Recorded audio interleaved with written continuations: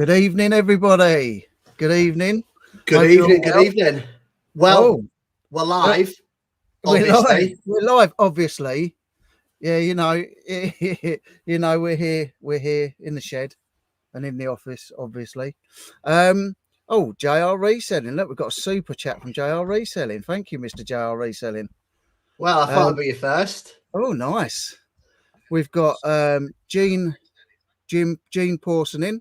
Hi, Brum Reseller. Love your YouTube channel. He's not on at the moment. He's running a little bit late.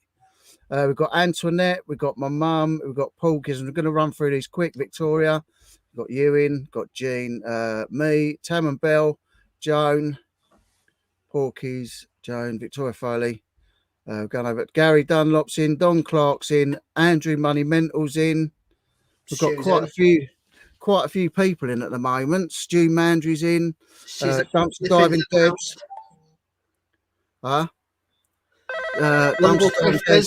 Tory.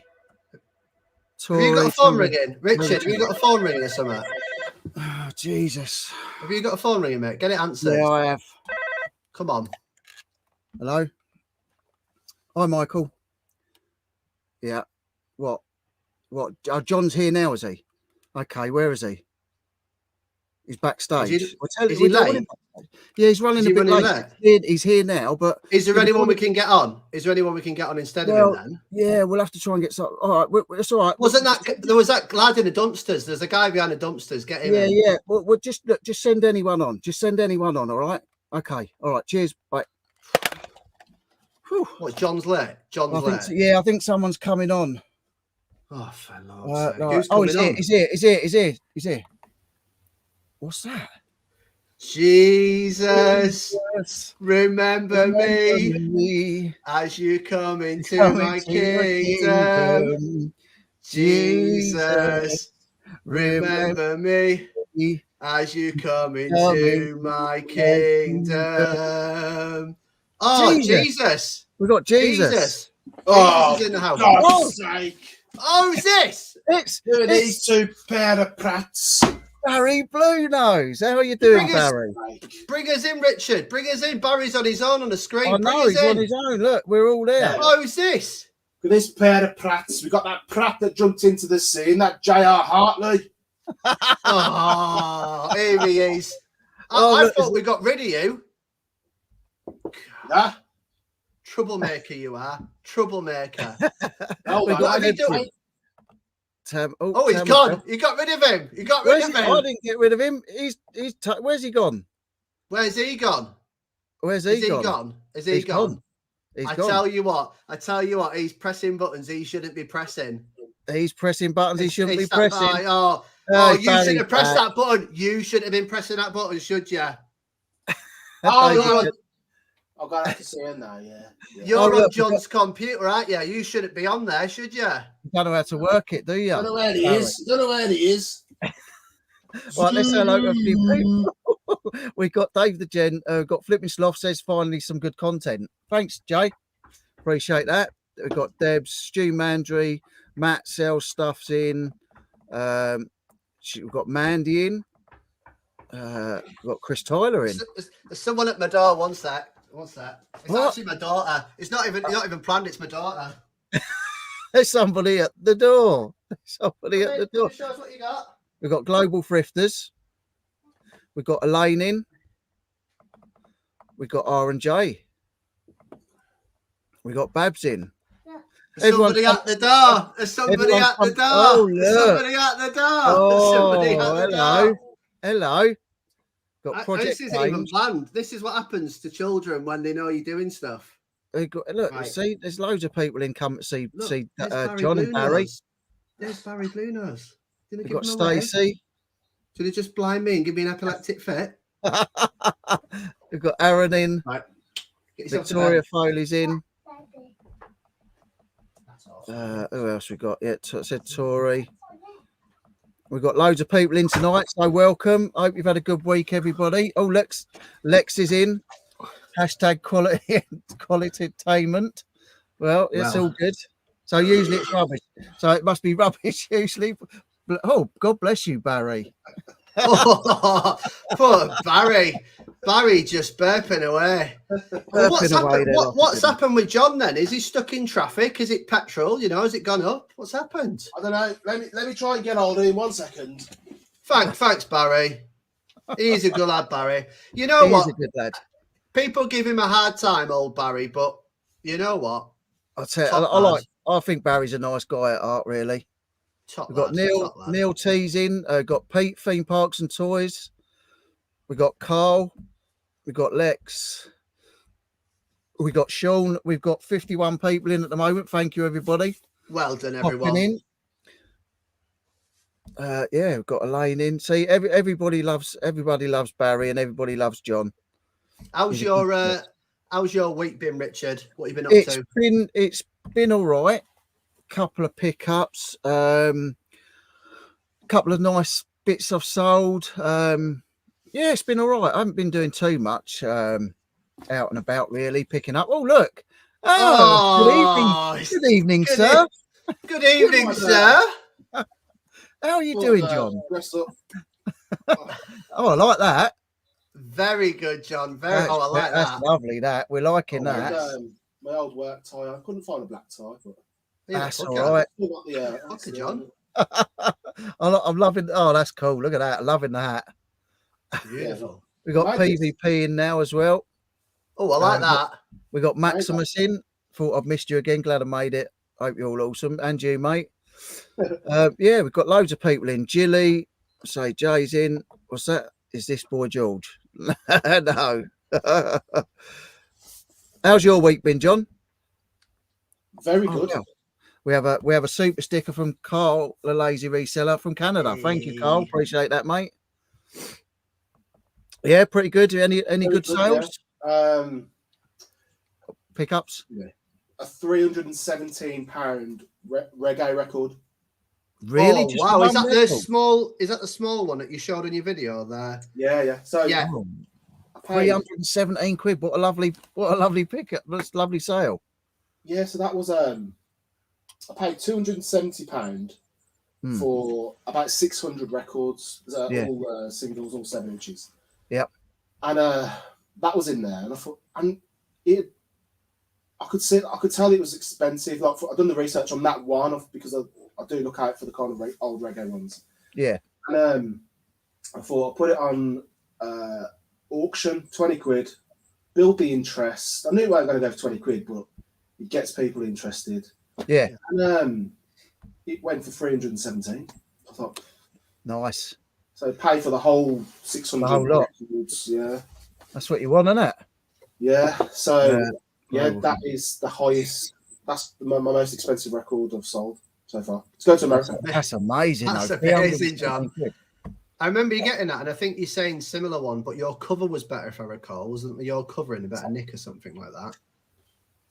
But it was. No, it didn't have a cover, so I think that's what it was. It was in a recent video. But that's brilliant. That's brilliant. I didn't say. You never know who's watching. So if the person I bought it off, sitting, probably watching this. I doubt it. Well, whoever it was, well, thank you. That's awesome, John. That's amazing, man. Yeah, that's a good sale. That's what I'd like all auctions to finish. You know, rather than setting them off at 99p and they finish at 99p. Yeah, so but it's all right when you're buying like that, but it's when you're selling like that, it's gutting, isn't it? Yeah, it's like any decent pickups? I'm on the Paw Patrol scavenge at the moment. Oh, nice. Facebook. Yeah, driving all over, picking up bundles. Nice. Because I came into Court 4 and I was just worried. I was panicking a little bit. I was not ready for Court 4. Didn't have enough toys. Yeah. And you can see when I was looking at other people's, because I was checking to see what the Paw Patrol bundles were going for. Yeah. I come across this eBay account, and they had like loads and loads and loads of Paw Patrol stuff, and I was like, oh my god, I don't have any. I think I got one. I don't have anything. So yeah, it made me realise I'm not ready for Court 4. So I was and I don't, I was thinking about this the whole car boot year for this whole year, and I just don't think it's been very good this year for No. numerous reasons. Yeah. But I You've just had some good bits, haven't you? I mean, you picked up a few decent bits. Yeah. But even last year when it was like full lockdown, I was filling my car at a car boot regularly, like maybe, 4, 5, 6 times in that whole year. And I can only remember one time I've properly filled my car. Yeah. This year. So it's like, and the weather hasn't been too bad.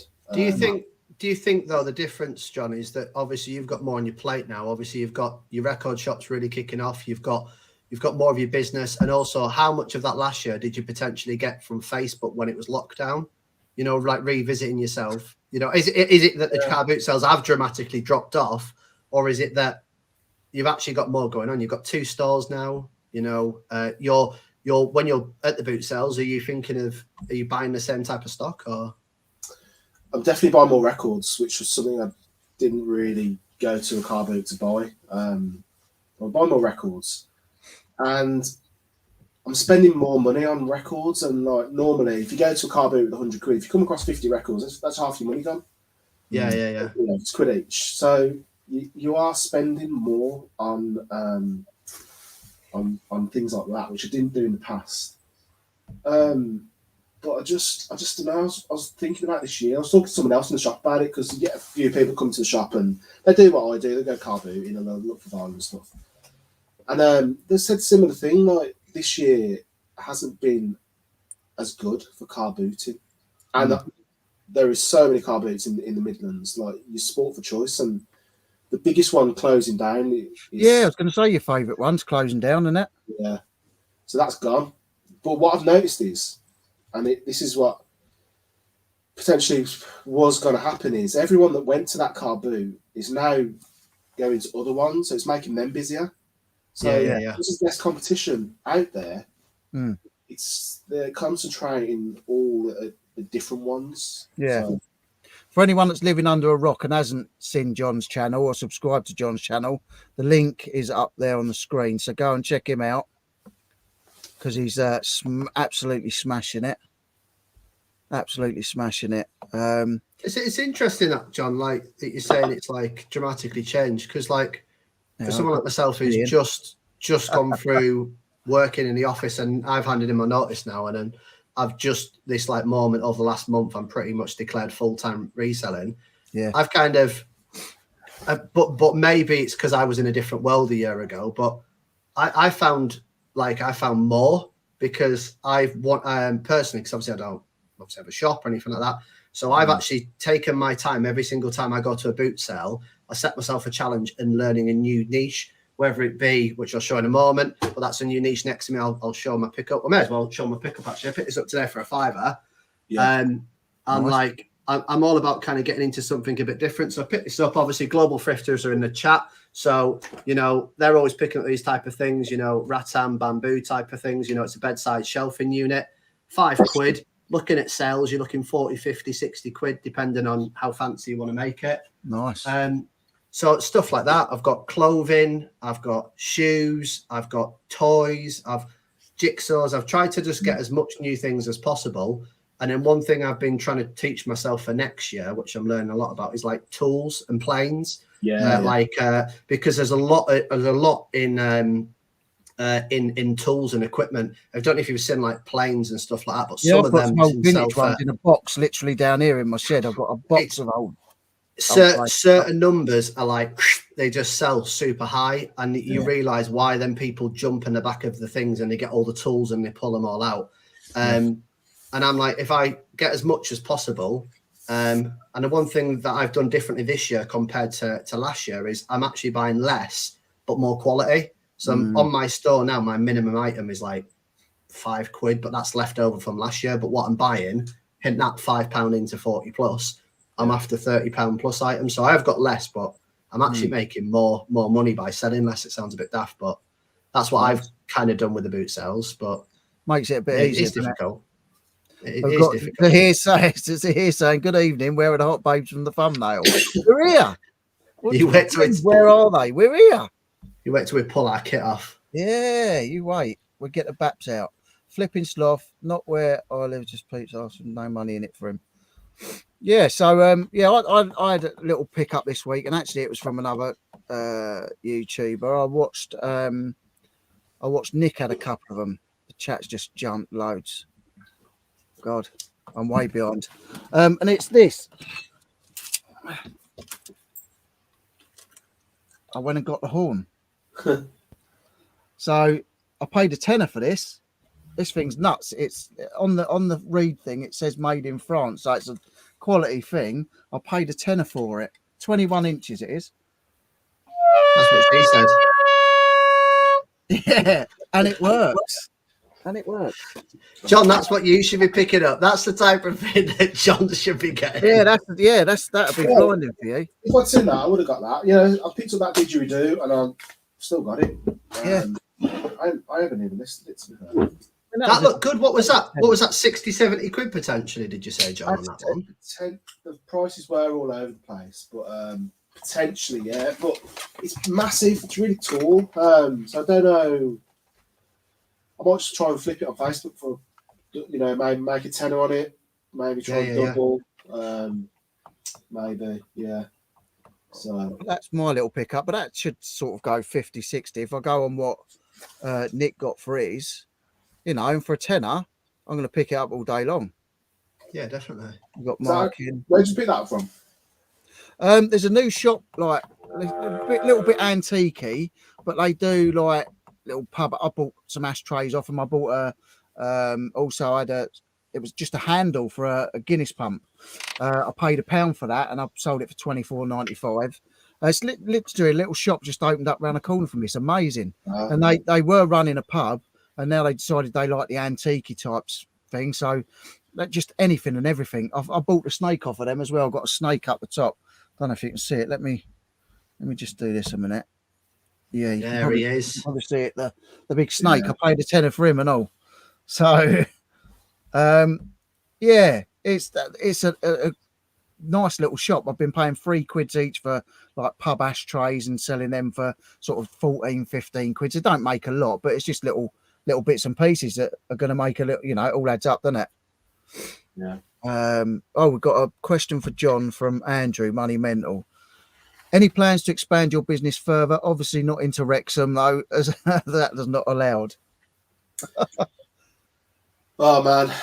So, there's a bit of an exclusive, to be honest. We like an exclusive. I can't say exactly what it is, but you'll know next Friday, because I'm working on the biggest project to date. Wow. Go on, John. Wow, bigger than your shop? Yeah. Oh. Bigger than the shop. Oh, wow. Well, yeah, so that's expanding, not sort of, it's not reselling business. It's nothing to do with reselling. But it will be a business. Yeah. So there is plans on expanding and sort of diversifying what I'm doing. Nice. So that'll all come out next Friday. Awesome, John. Lovely. We've got Mandy's asking who's this guy. If you check his channel out, I'll tell you now, you won't regret it. He's a reseller, but he's funny as hell. He's awesome. He's got a lot of people that work for him as well, different characters. Loads of people that work for him. Loads of people turn up randomly. Turn up knocking on the door. And there's a lot of odd people that leave him odd chats, and how John deals with them is just legendary. Yeah. So go and check it out. John. You were saying about your project, non-reseller related, but yeah. Friday. So, but where I'm at the moment at the other record shop at Red Brick Market, they've got different red bricks around the country. So they're also based in Liverpool, which it's the same format. You can put stock there, and you sell your stuff. They'll take your money and they'll send it to you. There's already a record store in the Liverpool one, so it's not really something that I'm looking to do. But the guy is looking to have numerous stores around the country. I think there's talks of Nottingham. So that if that happens, that I'll be doing that. I think. Nice. Red brick, it's a high footfall, but Hmm. it's got to work. There's got to be enough money in it. I mean, it's minimal, really minimal effort put in, but it's got to pay off. So nice. Sounds good. Is it paying off at the moment, John? With what you done? Yeah, so I've only had two payouts because they pay out every 2 weeks. So I've got to make every 2 weeks. I've got to make 200 quid. That covers the rent. So my last payout was 292. So I made nearly 100 quid. Yeah. But it's making money. It doesn't matter. Yeah, it's making money, and you ain't got to watch over it. Either, yeah, and it's storing a lot of records because the shop was getting to a point. There was that many records everywhere. I just didn't know, and it's got it for the customer to be on the floor searching for records. They don't do it. It's not. Yeah. So it was an ideal way, and it also promotes the shop I've got, and it also promotes the channel. So subscribe to the channel. Yeah. So it puts people onto the channel as well. So either break even, not too fast. If it costs me 50 quid, it costs me 50 quid. It can't cost me if it starts costing me a lot of money and people aren't buying stuff, then I'll think about taking it out. But at the moment, it's all good. It's 6 months you've got on it, isn't it, John, for your lease? Did you say? Yeah, minimum 6 months. But because you give them a £400. What's it called? Deposit. If you left in that time, I think they'd just keep that. Right, yeah, fair play. Yeah, that makes sense. We've got a question. Well, we have. James. Go on. He's saying, question for all, music-wise, what's the best gig you've been to? Well, I'll tell you, I've never been to a gig, ever. Best album and favourite ever song? I like all sorts of music, so I wouldn't be able to tell you a favourite album or song, but I don't know about you two guys. John, do you want to go? Best gig? Again, I don't really go to many gigs. I've been to a lot of festivals. I've been to a lot of club nights. I think the one that I don't think I'll be able to see again was Daft Punk at Global Gathering 2006. Oh, cool. That absolutely blew my mind. It wasn't just the poppers I was sniffing; it was the production. Yeah. The production was just like nice. It was on a big, massive pyramid, all lighted up. It was for 2006. It was just like unbelievable. Amazing. And Best then, album. Best album. I don't know. No, I'm not really into. I own 2 record shops. I'm not really into music. I suppose though, that's the ideal scenario because you don't get high on your own supply. So I suppose that works. Yeah. I'm not fussed. If I've had, whatever record comes into the shop, like I had that Black Sabbath Masters of Reality. Yeah. I'm not. It's nice to have, but it's nice to sell. You get money for it. I'm all about making the money off what I've got, and if I can make someone else happy, by coming to the shop and getting stuff, then great. And what I think the other one was song, was it? What's your favourite song? Yeah, say favourite ever song. Oh, favourite song. It's got to be. It's a toss up between sort of Daft Punk Around the World and Stardust. Music Sounds Better With You. So Nice. James? Gig, it's more that it's special to me. So my theme song, when I do pull my finger out and I start coming back to YouTube, but I am doing Vlogmas, so you've got 25 videos to look forward to over Christmas.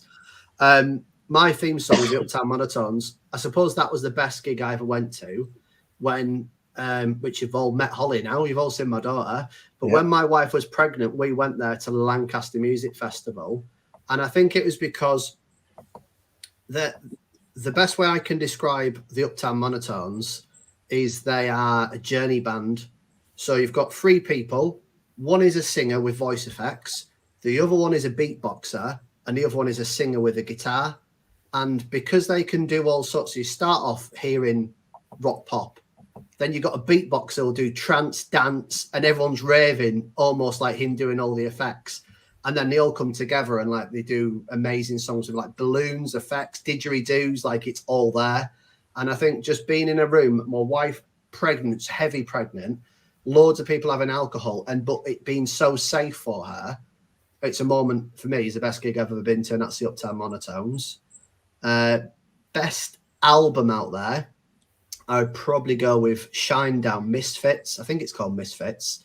But it's the best album I've ever had because it just reminds me when me and my wife got together. And the song Misfits is my favourite song as well, because when we got married, it's a toss-up between that and Hey Ho. And you know why I like Hey Ho, Richard, because that's what I sung to my wife. Yeah. To my girlfriend outside Hove Station. That's on YouTube somewhere. And I sung that to her, so it's toss-up between that. But Misfits is good because it's about a song about two people that are basically being excluded from everyone, like the black sheep of the family and this, that, and the other. And when she walked down the aisle and that was on last year in COVID, when there was like 13 people in our wedding, I was like, that's all that matters. I was like, it's just me and her getting on with it. And thank the Lord she's put up with me doing full-time reselling. So yeah, good soundtracks. But Shinedown, yeah, if you get any Shinedown, John, give us a shout. I'll have them off you. I'll have the albums off you. But I don't think you'll get many of them in vinyl though. Yeah, it sounds expensive. yeah, it does sound expensive. Yeah. Should we crack on with some questions? Yeah, definitely, man. Definitely. I'll let you start. Okie dokie.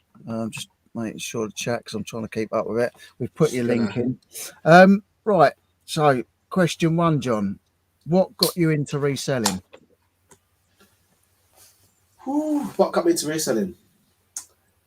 I was at the time, we're talking about 4 or 5 years ago. No, longer than that. I was gambling a lot. Like stupid amounts, like you wouldn't believe. Really? And it was on credit cards. So I was thinking, yeah. Every bet was like, yeah, I want to win that back. And it only takes a few losing bets, and then you're really in deep shit. Do you know what I mean? So I was thinking, like, I need to get out of it. I need to sort this out, because I would bet like £600 on like Liverpool against Tottenham, a goal before half time, and there's only 10 minutes left. £600, and to double your money. God, it's like big time. I'd be so scared. Luckily, that one won, but it obviously got to a point where that dried out, and I had this credit card to pay, and nothing to pay it. So you get this kind of like, well, what am I going to do? Well, you know, I was already working full time, and I used to go to car boots anyway to get Stephen King books, and I'd collect Stephen King books and DVD. Anything related to Stephen King, I'd get. And I thought, what happened? Something happened. I think it was definitely coming across Nick, Ben Fitzpatrick, and on YouTube. You know, you put in into YouTube, you know, ways to make money. You know, prostitution, drug dealer, reselling. I was always I used eBay anyway, because you know you'd sell, you know, bits, games. You know, if you finish with it, if you bought a game, finish with it, put it on eBay, get rid of it. Yeah. And yeah, that was the way. And then you know, I come across them, loved it. You just get, that's your new addiction. Yeah. When you get a sale, that's not win the bet. You can't lose. Yeah, it's lovely when it continues, isn't it? Risks are minimal. Yeah. And I completely stopped, and I've got myself out of the whole load. I mean, we're only talking about like $3,000. Andrew's just saying he was a big time gambler too. John lost 50k before he quit. I seen a video on his channel. Yeah. And it rung a lot of bells about, you know, I was in a similar situation, not where I was going bankrupt or anything, But I could see, you know, if I hadn't come across reselling, I could be in a, Totally shop. different situation. Yeah. Yeah. And you don't know. I'll be honest. I've never even. I don't know if I've even said this on any video to anyone really, but I was in a similar situation, John. About 2 years ago, I was chatting with my wife, and I realised I had a spending problem, and I had something like £12,000 to £15,000 worth of debts on credit cards. I was just compulsively buying. I lived in a world where if I wanted it, I went and got it. And sadly, I wasn't gambling. I was just I had a buying disorder. Shopaholic. Yeah, and I was like, oh, I want to learn saxophone. I'm buying a saxophone. I want to do this. I'm going to do this. I'm going to buy a drum kit, and not thinking the consequences. And my wife was constantly going, but like, have you got enough money? Have you got this, that, and the other? And I kind of just like I controlled the addiction, so she didn't know. And then at one time, we went to look at our mortgage or something like that, and it kind of came up, and I realised like how much debt I had. And reselling, lucky enough, the reason what stopped me over the last year from going into it full time straight away is I paid off all my debt, and I'm now debt free. I don't have any debts whatsoever. Paid off all my credit cards, everything. And my wife and I got married when I was debt free, and she loves me even more, and I love myself even more because I admitted to all my problems, and I was at my lowest low. And I just said, look, I said it's not good enough for me being a dad in this situation. Like I can't be a dad. And I was like, if I ever do it again, leave me. And she said, I will. And I was like, I think that was the wake up call. And I don't think it was the buying the items. It was just, you didn't have the money to. And like you like that money's more important towards like food. Like my wife was struggling sometimes to get the food shopping. And there's me buying a brand new saxophone for like £800. It's like, But I can't even play it. Yeah.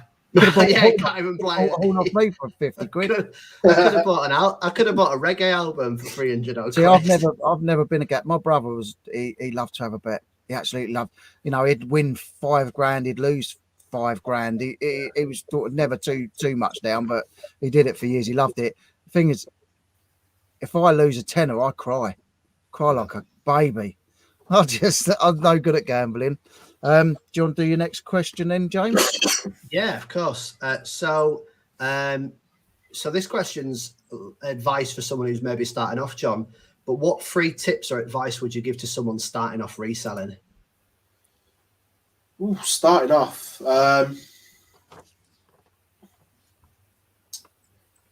It's hard to, I mean, I think one tip I'd always say, because I've been in that situation now, think about storage. Always think about storage. Because you're going to start and you're going to put all the stuff in your house. And then it's going to kick off with your partner at some point. My wife hates it being in the house. Yeah. So try and make the storage work for you. So try and make that storage double up, where you're able to sell stuff from there as well. Like, I've got such a good deal on the shop. It's ridiculous. I was paying more on in a storage unit than I was in the shop, and I can open the shop whenever I want and close it whenever I want. So other ways of doing that is you can get these like market stalls in like shopping centres which lock down as well, and you can be there and open. Try and think about alternative ways of putting it in the house. Is great, it's cheap, but try and make the storage work for you. Definitely, because like I said, like the shop, it's storage, storing records. The other shop's storing records, but it's selling records at the same time. Yeah. I've been watching you since you had the storage unit. Yeah, that was mad. It's like I never, when I started the videos, like where I've come from and where I'm now, it's crazy to think. Yeah, he's smashing it. I never thought that myself. But it's taking a risk, and that's the other part. Taking a risk on something new. Yeah. You might learn something from, and you might learn. It might be a bad buy. It might be a good buy. You don't know if you don't take the risk. Yeah. I'd agree with that, John. I think it's a bit cliche for us resellers now because we've heard it a million times. But I think the saying I think I'd take from that and I took from other resellers binge watching videos like I did, is whether you're buying you take a loss or you're buying you make money, you're paying for that lesson because then you'll know it next time. Yeah. I was going to say something else. The other thing. So you had storage. Capacity. You said about obviously taking a risk to learn. Don't be scared to take a risk to learn. Have kids. Yeah, I'd agree. It sorted me out. I swear, because the amount of stuff that you learn from having children about the value of toys, what's what's trending. Yeah. You know, when I was walking, my oldest is like 7. So when I was walking around a car boot, like if I seen a toy or a plush, I would have a clue what it is or what it's worth. Now I know, you know, like Paw Patrol, in the night garden, all these toys, they're so expensive to do. Yeah. But having kids taught me the value of some of these toys, and it's kept me on trend with what the kids are like. Yeah, Paw Patrol just keeps evolving as well, John. Like, it's amazing how that's kept on trend. Because I remember my niece was there. My niece is now 6 or 7, so that's like I remember 6-7 years ago watching it, and like the tower got introduced like 2 years ago, 3 years ago. I've got to say, by the way, talking to Tower, John, your last video, and you talking about Excalibur and pulling that thing apart. I can imagine you, mate. I was sweating. I was in the shop thinking, God, if he doesn't go in, I can't take the box out of the shop because he's not going to let me. Because how does he know? Because it was a different guy. How does he know it was my box? I was literally I stood on, you know, the bottom ring. I was like that. Yeah. And it prized it apart. Anyway, it got to the woman. Yeah, you got it.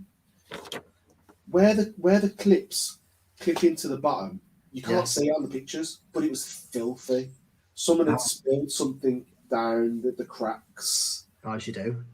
And I said, I'm sorry, it wasn't pictures because you can't, when you clip it back in, you can't see it. So I said, I'll just have a £20 refund. It was £169, this thing. I didn't want to return. That's not bad, 20 quid, mate. That's not bad at all. 20 quid for a bit of dirt. Not bad. Yeah, but it's still like 12%, 10%. That's not too bad. You'll take that. Yeah, it's a bargain. Keeps them quiet, and plus you've got. It's not the case of you ripped it, you've done all that, and then she wants it to return it because that would have been the nightmare. Yeah. You know, it's just reselling it again. But there is a fourth. The fourth one is, and it's helped me, and it still helps me, is YouTube. Watch YouTube. Watch all the resellers. You know, even the people you don't like, you can just see them making really bad mistakes. Yeah. Just what to avoid. Well, isn't that one of the sayings that like your granddad and that says the best way to learn is to learn from others' mistakes. Yeah. Because it's the cheapest way. Watch everyone. You know, I don't have much time, but one of the things I do is watch YouTube. You know, I don't watch TV. No, I don't watch telly. You know, even you jumping into the sea, watched it. Don't do what I do. That was mad. What did you learn, John? Don't jump in the sea, especially when it's stormy. Don't do it. Wasn't worth it for 1K. I was watching this going, I'm literally going to drink a beer at 1K. I'm going to keep it simple.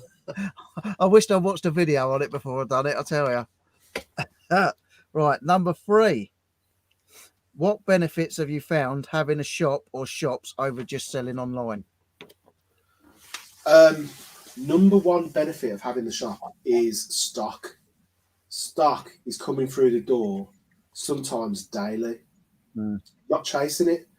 So the other thing I've thought about, and anyone could do it in their area, is, as an example, if you found a really cheap, rubbishy old shop, it doesn't matter what the shop is, just a shop front, and then you had it as We Buy Retro.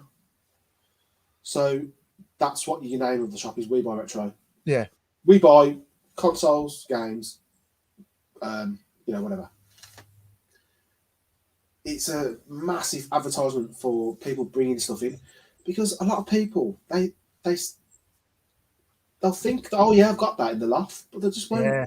Once it's somewhere so easy for them to take, they'll bring it in. You offer the money, and they'll say, yeah, that's fine, brilliant, thank you. So that's one thing about having the shop is records coming in all the time, and you put yourself out there. And like I said, I've just got the record shop. If I set another one up saying, retroconsoles.com, people bring retro consoles and games and all their old stuff out the loft. Yeah. So that's one. Mm.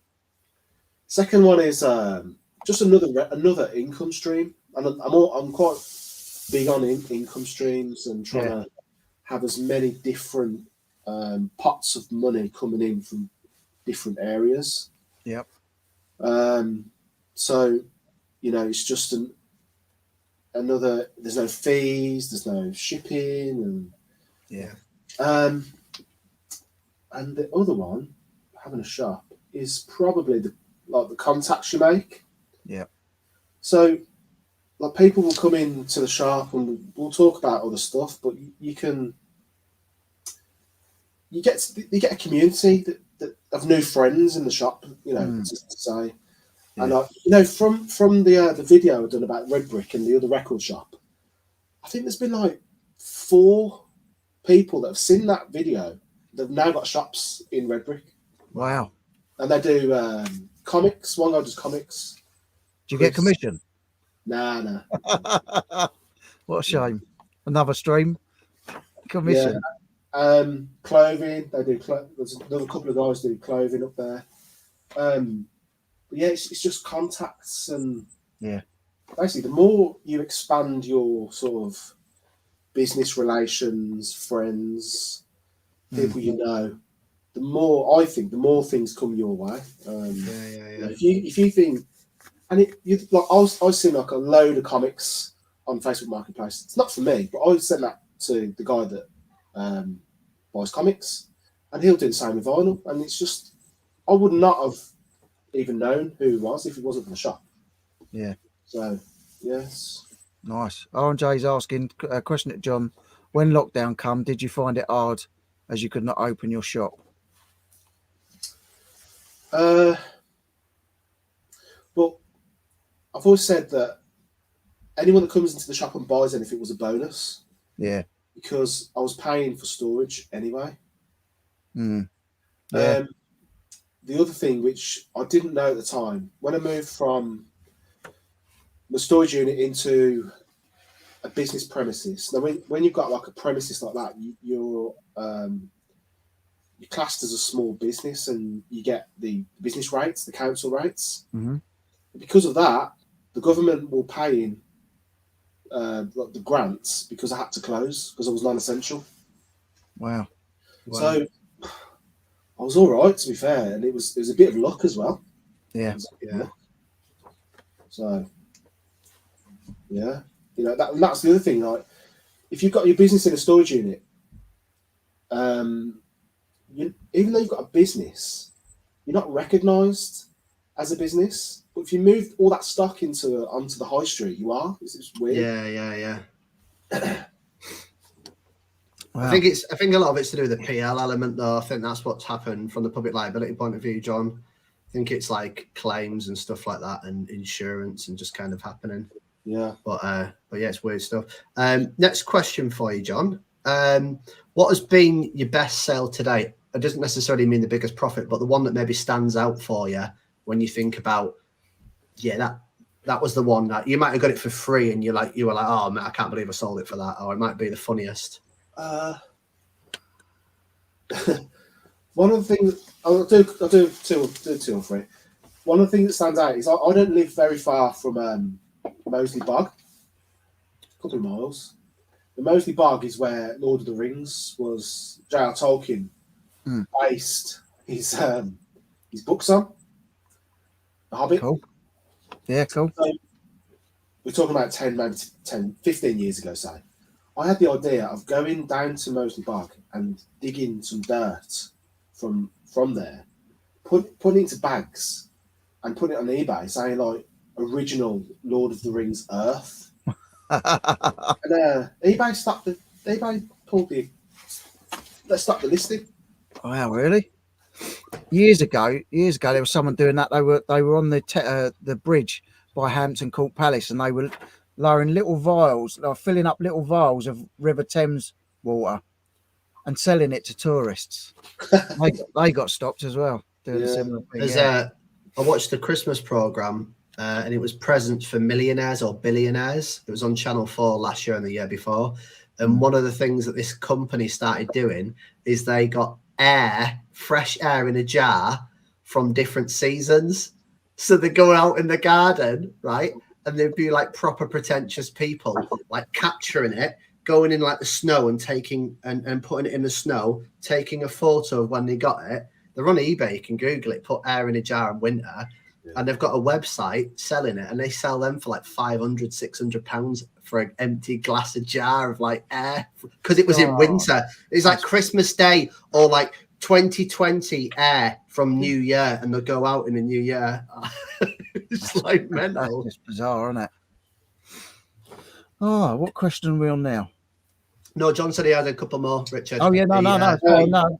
I'm just trying to keep up. Yeah. So also, the most valuable sale I've had was it was a Gundam figure. Now they're like anime, sort of Japanesey. I love Gundam Wing, by the way. Gundam. I've never heard of it. I've seen it on Facebook Marketplace. A guy had 30 figures for 250 quid. And he lived over in Nottingham, so I was like, yeah, I'll take it. Went over to Nottingham, got him back. Listed them all. One was worth £800. And I had best offers. You don't expect to sell it for that price. Someone just went straight in, boom, 800 quid. No. He did, yeah. Jeez. And I was like, you see something come through, like, £800. That's like more than what my car cost. My car was like 500 quid. So I handled that. They lived in Rhyl, in sort of North Wales. So I drove it there. Nice. And I think it was during lockdowns. I had all these excuses, like I was a courier. Ready if you got stopped. John, don't forget to change your name to Brum Resells, by the way. I think someone in the chat before was saying about what's John's name. But in the bottom left-hand side corner where the 3 dots are, you can change your name. Doesn't make too much of a difference, but someone was saying in the chat a moment ago, I forgot to mention it. They were like, what's John's name about? But there we go. Your Gundams are amazing, mate. The only thing I found that was happening with them when you were doing your videos, because you're like Richard, you're like me, you're just an honest person. You were like, yeah, this bit's broken off. I'm just going to let them know. Yeah, because they were they've been in that tub for ages, and the kids have been in there. They're picking stuff out, they're throwing stuff back in, and the arms and the feet are falling off. They're all in that tub. It's just got to piece them together. Yeah, 800 quid. And the other one that springs to mind is like an Aladdin alarm clock that I picked up for £1, and it sold for like 50 quid. But I always think about it because it's just like something that it wasn't branded. There was no recently sold, so you've got to kind of pluck a price out of the air. So you're thinking, well, what is this? It was proper vintage. What is the value of this? So that's up to you to decide, because there's no history of it. So I put it on for 50 quid, and it sold. I was like, about £1.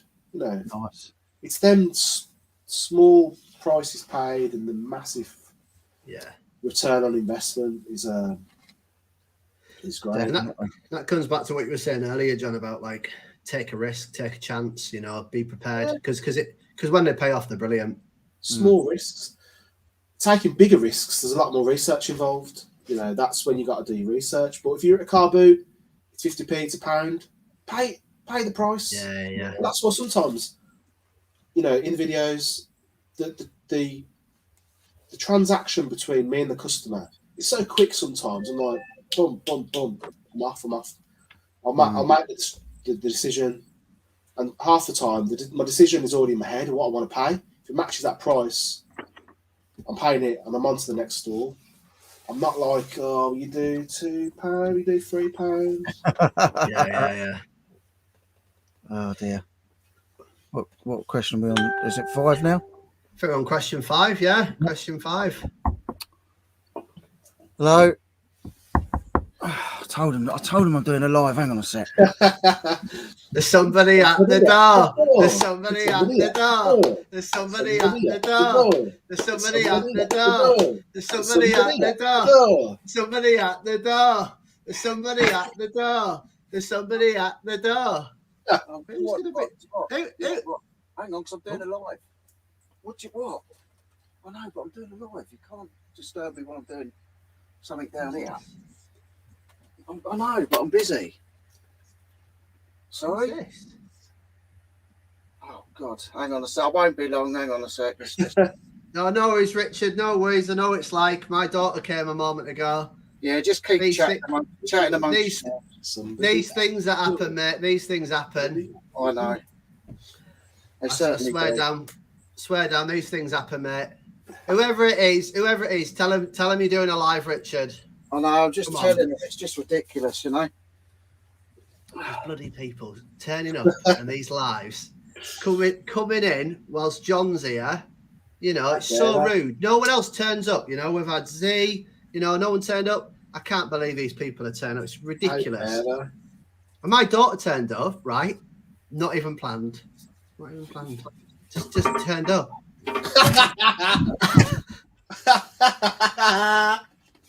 Here he is.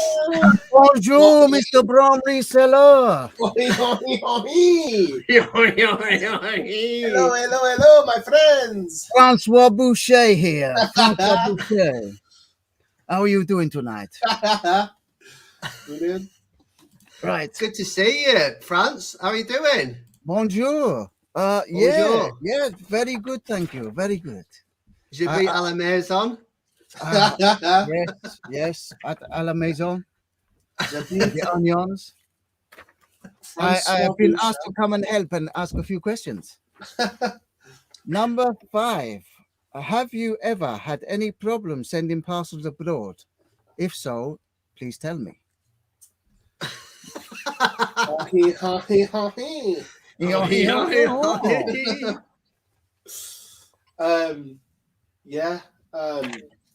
Sold I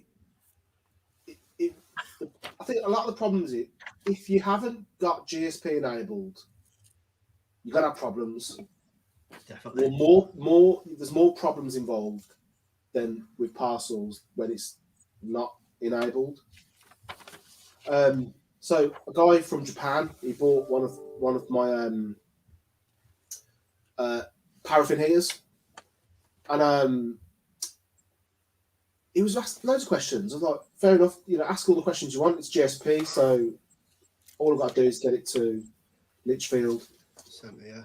When he bought it, I noticed it wasn't GSP. I don't know whether I forgot to click it or whatever, and it was like direct to Japan. Now, I thought, you know, he spent like 260 quid on this thing. So I had to send him an invoice, and it had glass in the middle. I had to send him an invoice. Can you pay this extra money? And obviously, when it got there, it had smashed. There's no insurance for this sort of thing. You know, you can't insure glass. Tell me a courier that insures glass. So I just said, you know, sometimes in business, in life, you just got to take it on the chin and say, you know what, it's a loss. Hey! It's a loss. We got a sale! Yeah! No, this is completely unscripted as well. How do we set it up? I've just bought it. What was it then? It was a plasma TV. Plasma. 60-inch plasma. Do you know what it was? I don't want nobody. I don't want I don't want nobody, nobody's baby, baby, but but you. you. There's There's something about your body, Got me thinking of nobody, but you. but you. 15 quid. Oh, well done, Brum. Yeah, so yeah, if you're gonna be thinking about shipping abroad, GSP all the way. Nice. That would have protected that wholesale. I think it would have. I think I shipped it, packed it good enough. But it's going to Japan. Who knows what could have happened in that time? So Yeah, definitely.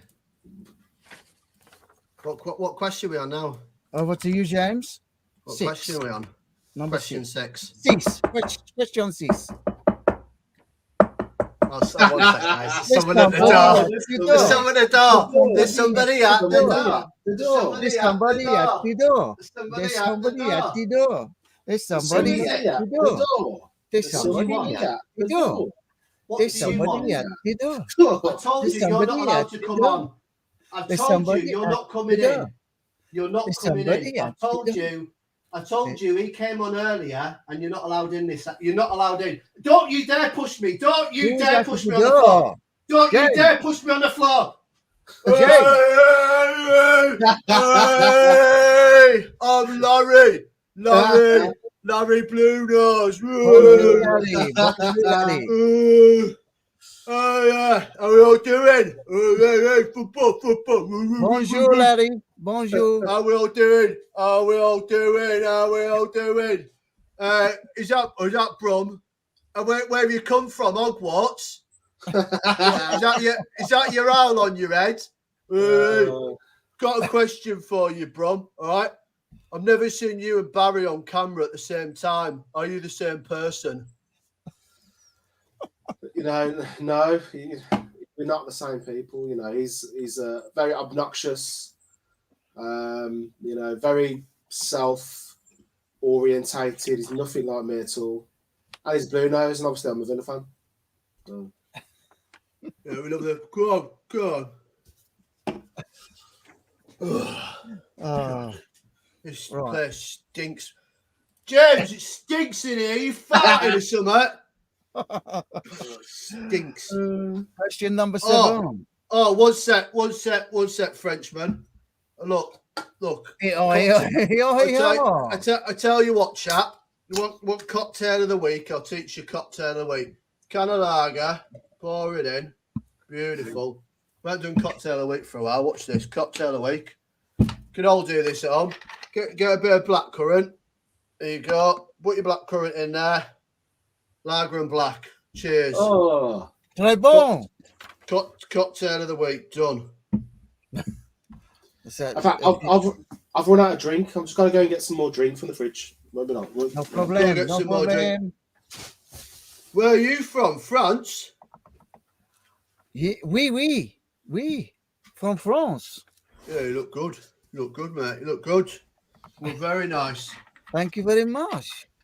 I tell you what, that John, he's a good lad, isn't he? I like John very much. He's a good lad. He's a good lad. He's a good guy. I see a lot of people are in the chat tonight, looking very beautiful. I hope everyone's congratulated you on your 1K. You doing all right, that mate? I saw you going to sea. Thank you very Well, I much. saw Richard going to sea. I didn't see you go to sea, but he was probably trying to swim to you, wasn't he? Knowing him. I would be swimming the channel. Well, it's fantastic seeing Richard get 1K. Jilly says we are a bunch of crazies. Well, I'll tell you something, Jilly. It takes crazy to know crazy. Here he is. Yeah, eat pet. He's in the house. How we doing, Nesbeth? How we doing, Nes? Okay. All right, Bonjour. Looking good with Iron Brew there, mate. Looking good. Iron Brew. Can I ask you a question? Go for it.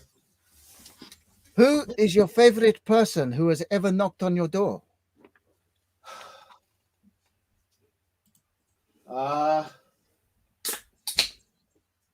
think David Brent. Because you know, even I think I look like him at times. But then, fantastic. But then Rab Sinesbit as well was really good. The way because like a lot of the times like you're not expecting it. Yeah, And definitely. I've kind of run out of people. You know, there's no. I've done everyone. I beg your pardon. So then, from legend to legend. Yeah, so I think David Brent was a good one because I think I could physically look like him. Then yeah, but the French guy as well. You know the editing when the editing of the French guy is good with the music. But David Brent's got to be the one. Yeah. Yeah, I love that. Love the dance. Love the dance. What else are we saying? Yeah, I've got a question here. What question are we on now? Eight. Number 8. All right. What's been your best troll in the comments? What's the best troll that you've ever had? And what stands out? You know, what person stands out? You stupid moron. Yeah, so obviously it's never nice to get trolls, never. And I've had my fair share in the past, to be fair.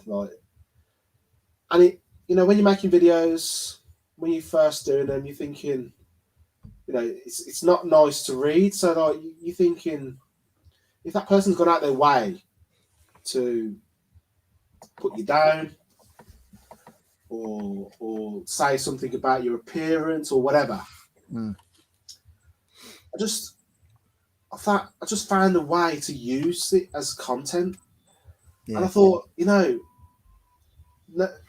it's hard for anyone, and I still get it. Don't get me wrong, I still get all sorts of comments and some really, really abusive ones as well, which I don't give them the time of day. No, I don't. And I went through a period of like this. It was around the Paw Patrol time, and I was sort of, you won't get that sort of money, and then they were really going in on it. So then I kind of just found a way to use it, and now I'm like loving it. Like, you know, I'm not loving it. When I get it, I'm like, I can use that. And sometimes, now I screenshot it because they'll delete it. Yeah. So, yeah, because you put the little captions up, don't you? When you get the phone call, you put the captions up. It's amazing. Yeah, I think the way you deal with it, John, is brilliant in the sense of that you name and shame them, and I just think it's a fantastic way. Yeah. Hint why I even went to the effort to buy this whole kit. I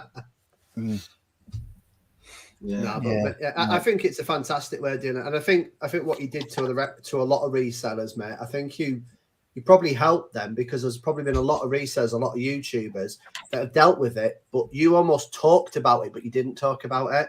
Yeah, and you helped me a lot. Like, not that I've had negative feedback, but I'm quite, you know, I can overthink things, and you know, and when you did that, it was almost like, that's how John deals with it. And it's not that I have to deal with it that way, but John's putting him on a screen going, you are just like a moron, and this is what you look like. Yeah. You are stupid at what you are doing. Paw Patrol, 100%. Never gonna get that.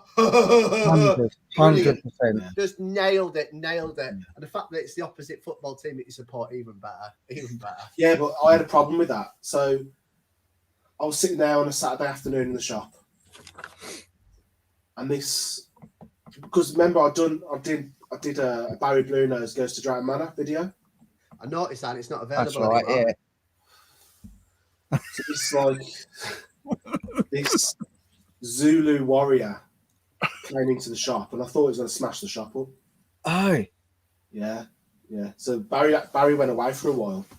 We didn't see him for a bit. Because like he was saying, oh, why are you doing that? Why are you doing? And he was Barry Blue Nose. He's the same guy. You know, he was like, why are you doing that videos about the Blues? And I was like, but I've kind of got to know him a little bit, so you know, he understands. It's just character. It's just a character. You know, there's no harm. So yeah. I won't do any specific. Barry Blue Nose does London. Barry Blue Nose does whatever. I noticed that got deleted, John. I went looking for that the other night, a couple of months back, just to kind of cheer myself up, pick me up. With me and Richard both said, "Oh, let's go and watch John's video." Couldn't find it, so I'm happy. I'm happy we've not lost the plot but the benefit we have is it's almost like a secret. I think we've lost the plot. It's almost like having a secret message. Those that have known you prior X amount of subs have seen that video, have seen you kicking off on the right, going, and like I'll never forget it. Like especially it's you measuring the height, going, yeah, yeah, blinding. Oh, by the way, this kit, bloody hell, why did you sell it cheaper? It's not cheap, John. Like you go to a lot of effort. They're ridiculous. Yeah, sometimes I'll go overboard. Like, if I'm making a video, I'll spend like 20 quid on an outfit just to get like Rich. You'll know you would have had to buy that French outfit. They're not cheap. No, it weren't cheap. No, I bought this. We're just doing this for a live, John, not for like characters. By the way, John, if you didn't get it already, you're coming back on whether you like it or not. We're getting our money's worth. Yeah, this was for you. This was bought for you. Your benefit. Yeah. Oh, my mum's saying her son's a plonker. Thanks, Mum. Brum, what about the lady who said you needed to hoover up? Yeah. What did I say about her? Yeah. No, there was Angela's lamp. So there's Angela's lamp. Yeah, the lamp going on about the lamp looks terrible. That absolutely ridiculous in the shop and all this sort of stuff. Yeah. Some people, eh? Yeah. People. Tam and Bell sell. When I bleached my hair, you know, my partner, I had to sleep next to my partner for a few weeks after that because I didn't cut it off straight away. I can't remember why I didn't cut it off straight away, but yeah, I had to go and pick the kids up at the school with my hair like in yellow. And, sorry. I can imagine it, John. I wore this a hat. I was like an American trucker. That's blinded. I was waiting for Barry does Wrexham money rental. Yeah. So, Brum, where do you see yourself going, or with your reselling adventures in the next 5 years? I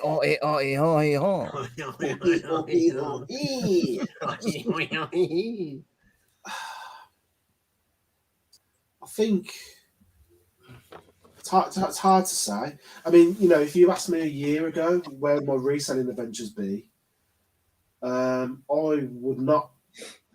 I'd be like, oh yeah, I think I'd have a unit. You know, I never thought I'd have a shop. You know, right. It depends what opportunities present themselves. It depends what comes along. You know, and obviously now you've got this new thing that's coming out Friday that we don't know about yet. Wait. So that's going to take a lot of time. You know, reselling might not be my thing then. Maybe I don't know. But interesting. There'll always be videos coming out. I think whatever happens to me, I'll always go and do a car boot video. So if the shop closed for whatever reason, I'll still do a car boot video. You know, that is like I love doing them. Yeah. And we love watching them. Yeah. John, quick question. Obviously. Obviously. With your car boot video, I have a quick question. Your is it gazelles or whatever, or superstars or whatever you picked up the other week that the dog ate? Have we sold them yet? Have No, they sold yet? Not yet. Not yet. Oh man, I can't wait for them to sell. Still there. Yeah, because I'll do a fashion show. Probably. Yeah, that's funny. When they go, but I think I think they're ideal for someone who's doing Tough Mudder, as you said in the video, like someone who's doing Tough Mudder or like something like that that's doing trail running or something like that. Wants a nice pair of trainers to look all right. Is not fussed about them being ripped at the back. Yeah, definitely. Like the chewing isn't that bad. It's not that bad. I mean, they've been chewed by a rat, which is not that bad. Yeah. Did you see? I don't know what Facebook group it was in, but did you see someone put this week about they sent a parcel? They've got a parcel sent from another reseller. For whatever item, and it had flapjack or something inside it. I saw some that. no brownies. They baked some brownies for him. Inside it as a thank you, which is nice. Yeah. So basically, they sent them the item. Said they bought a can of brew dog. So can of brew dog's in there, absolutely fine, packed perfect. And then in there, they thought, oh, thank you so much. I'm going to make you some fresh brownies. Here they are. Put the fresh brownies in. Nice orange eBay box. We've all seen them. We've all got them. And then in the blooming Hermes depot, rats have gone inside there and ate the bloody brownies. And there's a massive hole. So Hermes have actually got rats infested in whereabouts their storage unit is. So the top tip is, do not put food inside any of your containers. Even if you send it to a friend or a family member, if you're using Hermes, make them rat proof. Don't put them inside there. God. It's disgusting. I love Hermes, by the way, but I don't send food. Yeah. I don't have any. A lot of people have problems with Hermes, but I don't have problems with them. Zero problems. I've had one item not arrive smashed, and that was my fault, because I think the biggest problem with a lot of people that talk on Facebook or whatever, they're very quick to say it's someone else's fault, not their own. And I will always admit that actually I should have packed the item a bit better, because if it's going in the back of a mailing van, regardless of what's happening, it was a cup, I could have packed it better, and that was my fault. So last question for you, Brum. Question 10. Nice one to round it off on. But one that we like to ask people. But if you could have any superpower in the world, what superpower would you have and why? So, one that springs into the forefront of my mind is, and I'm sure this could actually be made, so it's not really. I'm not saying this off, I'm sweating. I look like Super Mario now, don't I? It's a me, I'm Mario. Mario. So to help me, Andrew.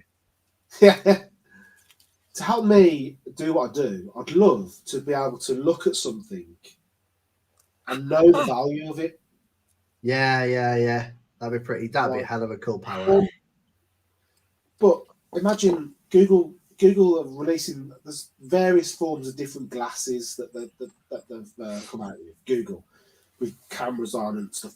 So imagine they were hooked up to eBay, completed and sold, and it could identify every time you're going around that recently sold, 300 quid.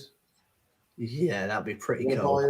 It's not instant thoughts. So it's not, it's a superpower. I don't want to fly.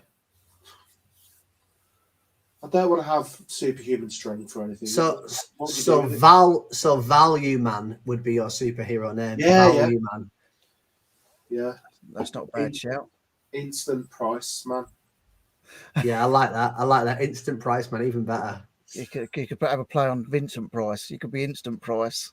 Yeah. Instant Price when he's a superhero. Vincent Price when he's just normal. Yeah. Oh dear. Yeah, that's awesome, bro. Delivered packages 3 streets away or China. Thank goodness. What's that? Rich bomb-proofed the mammoth bone. We came home from High Street and our parcel had blown off the porch into the middle of a path, visible to the whole street and down 4 steps. Well, I'm glad it got there in one bit. There It's you been go. around for thousands of years, so It'd be a shame to get broken from mine to yours, but no, I'm glad it got there all right. But no, that was brilliant. The question, I like that. I like Yes. that. I mean, it's the first one we've had to sort of rehearse. You know what I mean? It's like, Yeah. well, I say we've done costumes before, but only stuff we've sort of had round us. But yeah, it was enjoyed that. Now you know what I've got to go through sometimes. I'm like, right, I'll buy this, got to get this, and I can't do this until this comes. I've got this idea. Yeah, I can't find the costume, and it's just. Yeah, and I mean, you know, going further, I mean, it's all right for me. I've got the stash. I can stick the stash on and take it off. It hurts a little bit, but like I tell you what, Richard, throughout Vlogmas, our characters are coming on our videos. I swear down. Yeah, it's going to be nuts. But yeah, I mean, you know, you go further than that. You dye your hair, you have your hair cut off, and you do. I mean, you deserve this tonight, mate. This is for you, and it's like to appreciate what a legend you are, mate. Because you definitely make me and Richard's days, and I mean, even when you went to London, you still went shopping in London and still did all your fashion show when you were in London. And your wife was at the door. What was all that about? I can't believe she was at the door. Yeah. Right, so you guys will all be happy to hear in the chat that we've actually got, and we'll see how we do for time and how John feels. But we'll start off with one, and if we just do one, we do one and done. But we've actually got a couple of would I lie to use. So if tell us when you're ready to chuck in that towel, John. You know, whenever you're ready. But we've both pre-made some questions. You know the rules. It's either going to be a truth or it's going to be a complete lie. Should we start off with you, Richard, then me, and then we'll get John in the house, so we'll do it that way, like clockwise on the screen. Yep. And then that way we want to see you guys in the chat. We want to see if you guys think it's a truth or if it's a lie. And what I will do now, guys, in the chat, once you say truth, once you say lie, that's it. We're going to do it. That's it officially. So listen to it. Listen to the stories. Because once you've made your vote, it's instantly decided. You can't go back and then go lie, because I know a couple of you do change your minds. You've got to commit to it this time. So we'll let Richard start us off, and we'll listen to the story. I was once dangled upside down by my legs, held over the side of a building, and dangled upside down in Tooley Street, opposite the London Dungeons. Held over the side of the building by my legs, dangling, Tooley Street in London, opposite the London Dungeons. So, how old were you, Richard? Oh God. So not when it was. How old? Probably about 19, 20, probably. Okay. So you're probably about 20 stone then at that time. Yeah, I'll tell you what, they would have dropped me if I was. No, that was about 19, 20. And I got dangled over that, literally opposite, like the London Dungeons used to be by London's Bridge Station, Tooley Street. Yeah, literally dangled over. For what reason was you dangled? They thought it'd be funny. Sort of an initiation, I think. They thought it'd be funny. Who was they? Just some people I was working. Give us the scene. Is it mates? Is it stag do? No. Tell us a bit. I didn't really know them. I was up there I doing. didn't really know them. I was up there doing a job. They were doing their job, and I sort of knew a couple of the blokes, but yeah, the ones that sort of joined in, I didn't really know. I just thought it'd be funny to dangle me over. Yeah. What job was you doing? I was doing roofing. Oh, well, it kind of fits hand in hand, doesn't it? I was doing asphalt roofing. Yeah. Was that hot or cold? Hot roofing? What? The asphalt? Yeah. Hot. It's hot stuff. Were And you using a blow gun or a blow torch when you were doing it? No, I was basically just labouring. So, and then the guys were doing the whatever they do. So you were doing roofing with some guys, hanging hanging over, legs are taken in hand. Yep. And was it a couple of them holding you, just one guy? Was it like a 3 or 4 of them on one leg? Probably the whole crew. I think there was a couple on sort of a couple holding me by the scruff of my side of my jumper, and the other one's by the ankle. I don't think they wanted to drop me. So it wasn't like a Michael Jackson baby moment type of thing. Well, I don't know. It might have been, but obviously no one knew who I was. So how long was the drop? Blimey.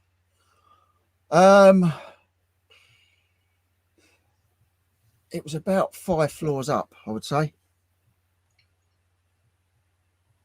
So what we're saying there, like 25 meters? I don't know. No. What's that? 75 foot, isn't it? 25 meters. 75, 80 foot. I don't know. It could have been 60, 70 foot, maybe. I don't know. I wouldn't know how to measure it. It was just a long way up and a long way down. And then was anyone else dangled similar to yourself previously or prior? I didn't see anyone. No, I didn't see anyone. They just thought it'd be funny. Thought it'd be highly hilarious. What was the reason for the dangling? I actually can't remember the reason for it. I think it was just like they thought it was funny and they thought I'd appreciate it, I suppose. I don't know. One of the lads. Oi, oi. So what I'm going to do, John, is I'm going to be quite mean to us, but we're going to have to call it. So are you going to go over truth, John, or are you going to go over lie? And then obviously I'll chuck mine out. There's a lot of people saying lie, and there was a lot of people saying truth to start with. I know, that's why you've got to double check, Richard, because you only get one chance. So make sure people ain't chucking both out, because that doesn't count. Max thinks I'm lying. I'm going to go with lie, by the way. I'm going with lie. People, Debs thinks I'm telling the truth. Sean thinks I'm telling the truth. Antoinette thinks I'm telling the truth. Dodo thinks I'm lying. Porky thinks I'm telling the truth. Paul thinks I'm lying. This is a mince pie if ever I heard one. Village Retro saying, it's actually true. Well done, John. Oh, well done, John. Well done. Well done to John for that one. Hold on. True. It was true. I was only young, and it was because before the London Dungeons was on the South Bank. It was it was in Tooley Street. He's in the house. That was easy. That was easy. Yep, John got that right. Nice work. Yeah, so John it's my turn. So it is my turn. Okay. So everything I've got is written, by the way. Yeah. So I'm gonna look like I'm reading it. So just don't let well done to all those in the chat that got that though. And unfortunately, there was a lot of people thinking I was telling porcupines. Do you know what? I don't think I've got one right in the last 7 times with you, Richard. I think you've thrown me every time. I'm going to start off with. I once got paid over £2,000 to do a professional magic gig, and I'd never ever done a live gig or live professional magic before.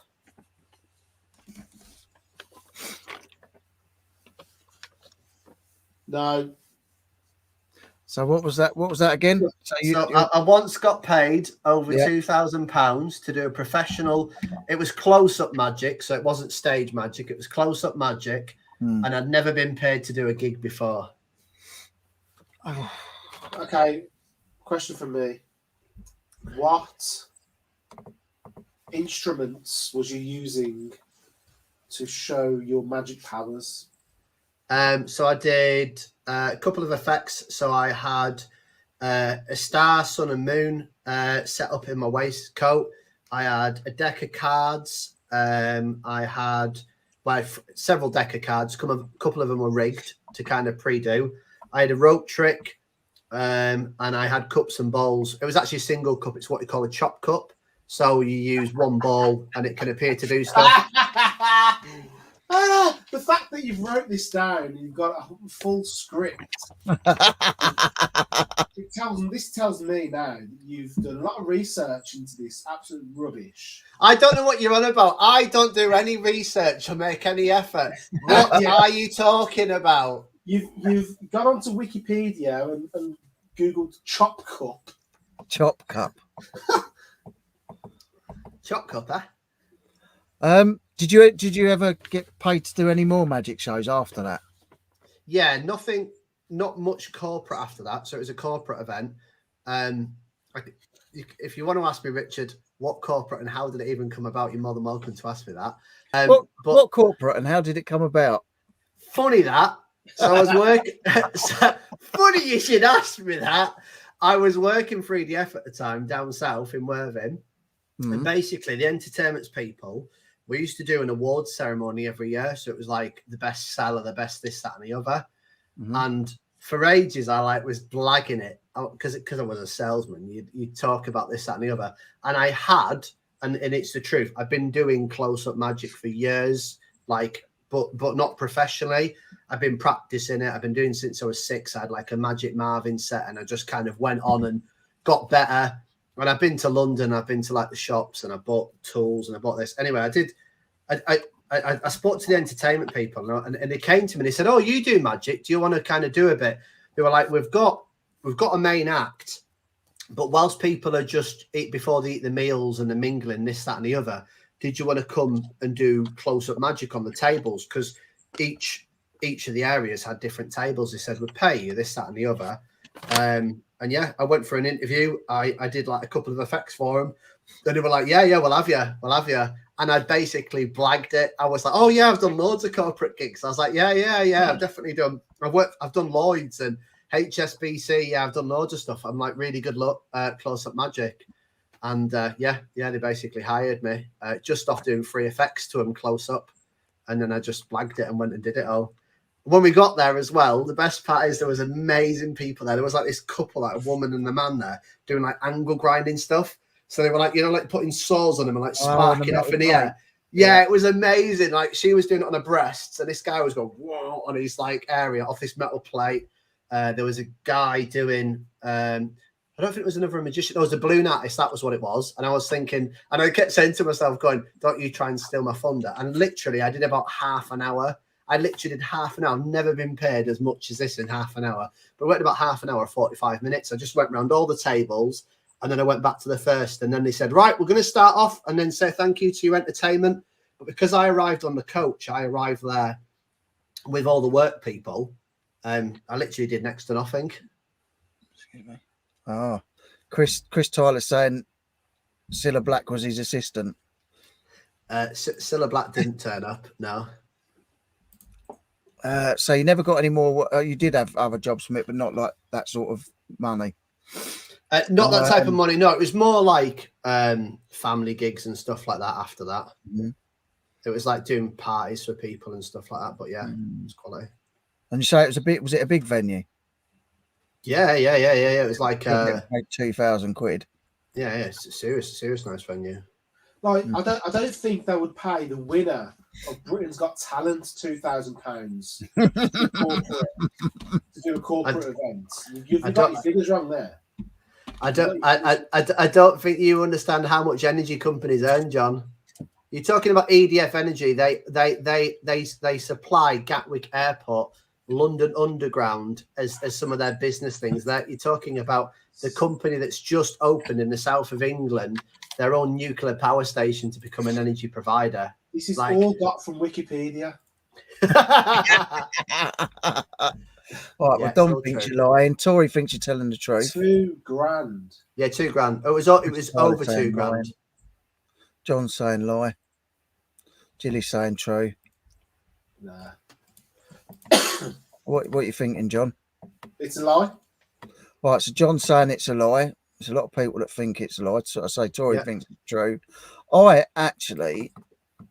don't know. Sean thinks you're lying. You know what? Just to make it interesting, I'm going to say it's true. Okay. So we've got one off. Do you want to share my screen, Richard? Yep. So this is the table. This is the venue. This is everyone doing the awards. And this is me doing professional magic, getting paid over £2,000 to do a magic trick. God. Look at me in my suit, my tie.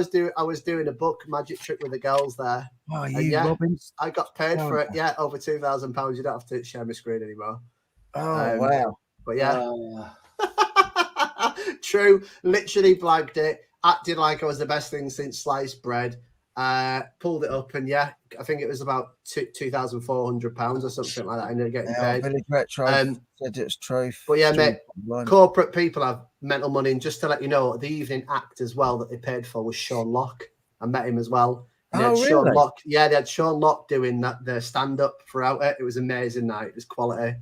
Because I thought I was going to come out and do the front bit and the back bit. And the best part was that the manager said to me at the time, he said, oh, no, you did brilliant the first half. Like literally went round each table. He said, oh, you did brilliant the first half. Don't worry about going out. There's a free bar there. Go and help yourself. So I just got on it. It was a brilliant night.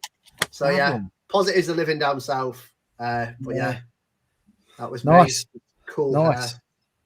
Yeah. On to you, John. I can't really remember what I was going to say about the truth and lies. I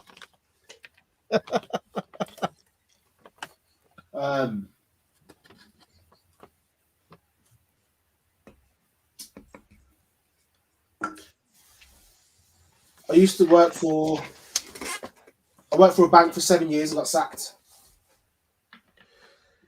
So you used to work for a bank for 7 years and then you got sacked.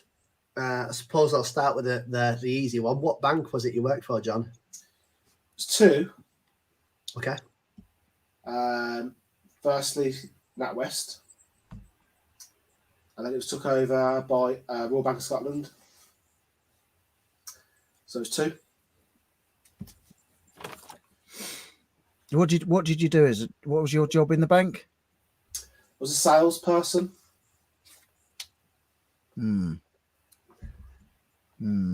What was it you were selling? Like mortgages or cards or both? Or what were you selling? So like, these packaged accounts, loans, various types of not insurance, but what else is this? A long time ago. Oh, Don's already said he thinks it's a lie. Richie, you're going to go and ask the blatant question. You're going to ask why he got sacked. Yeah, why did you get sacked? I'll fix it for reselling's come up with that as well. Why did you get sacked? So the reason I was sacked was, it's difficult to say why, because I think there was kind of an underlying reason why. But the main reason was they thought I was mis-selling products. So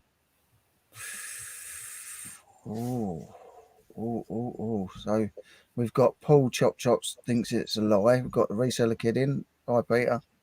Hi, Peter.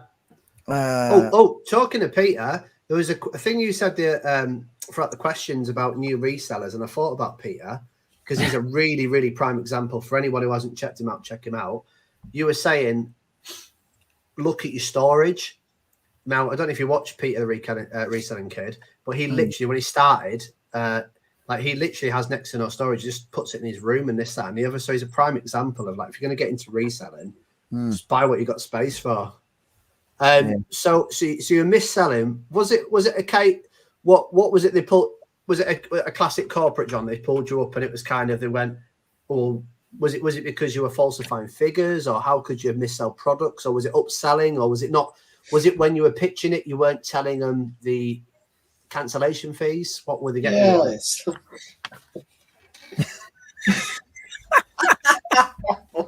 So we've got Max thinks it's true. It's like it's a long time ago. That's my one I use.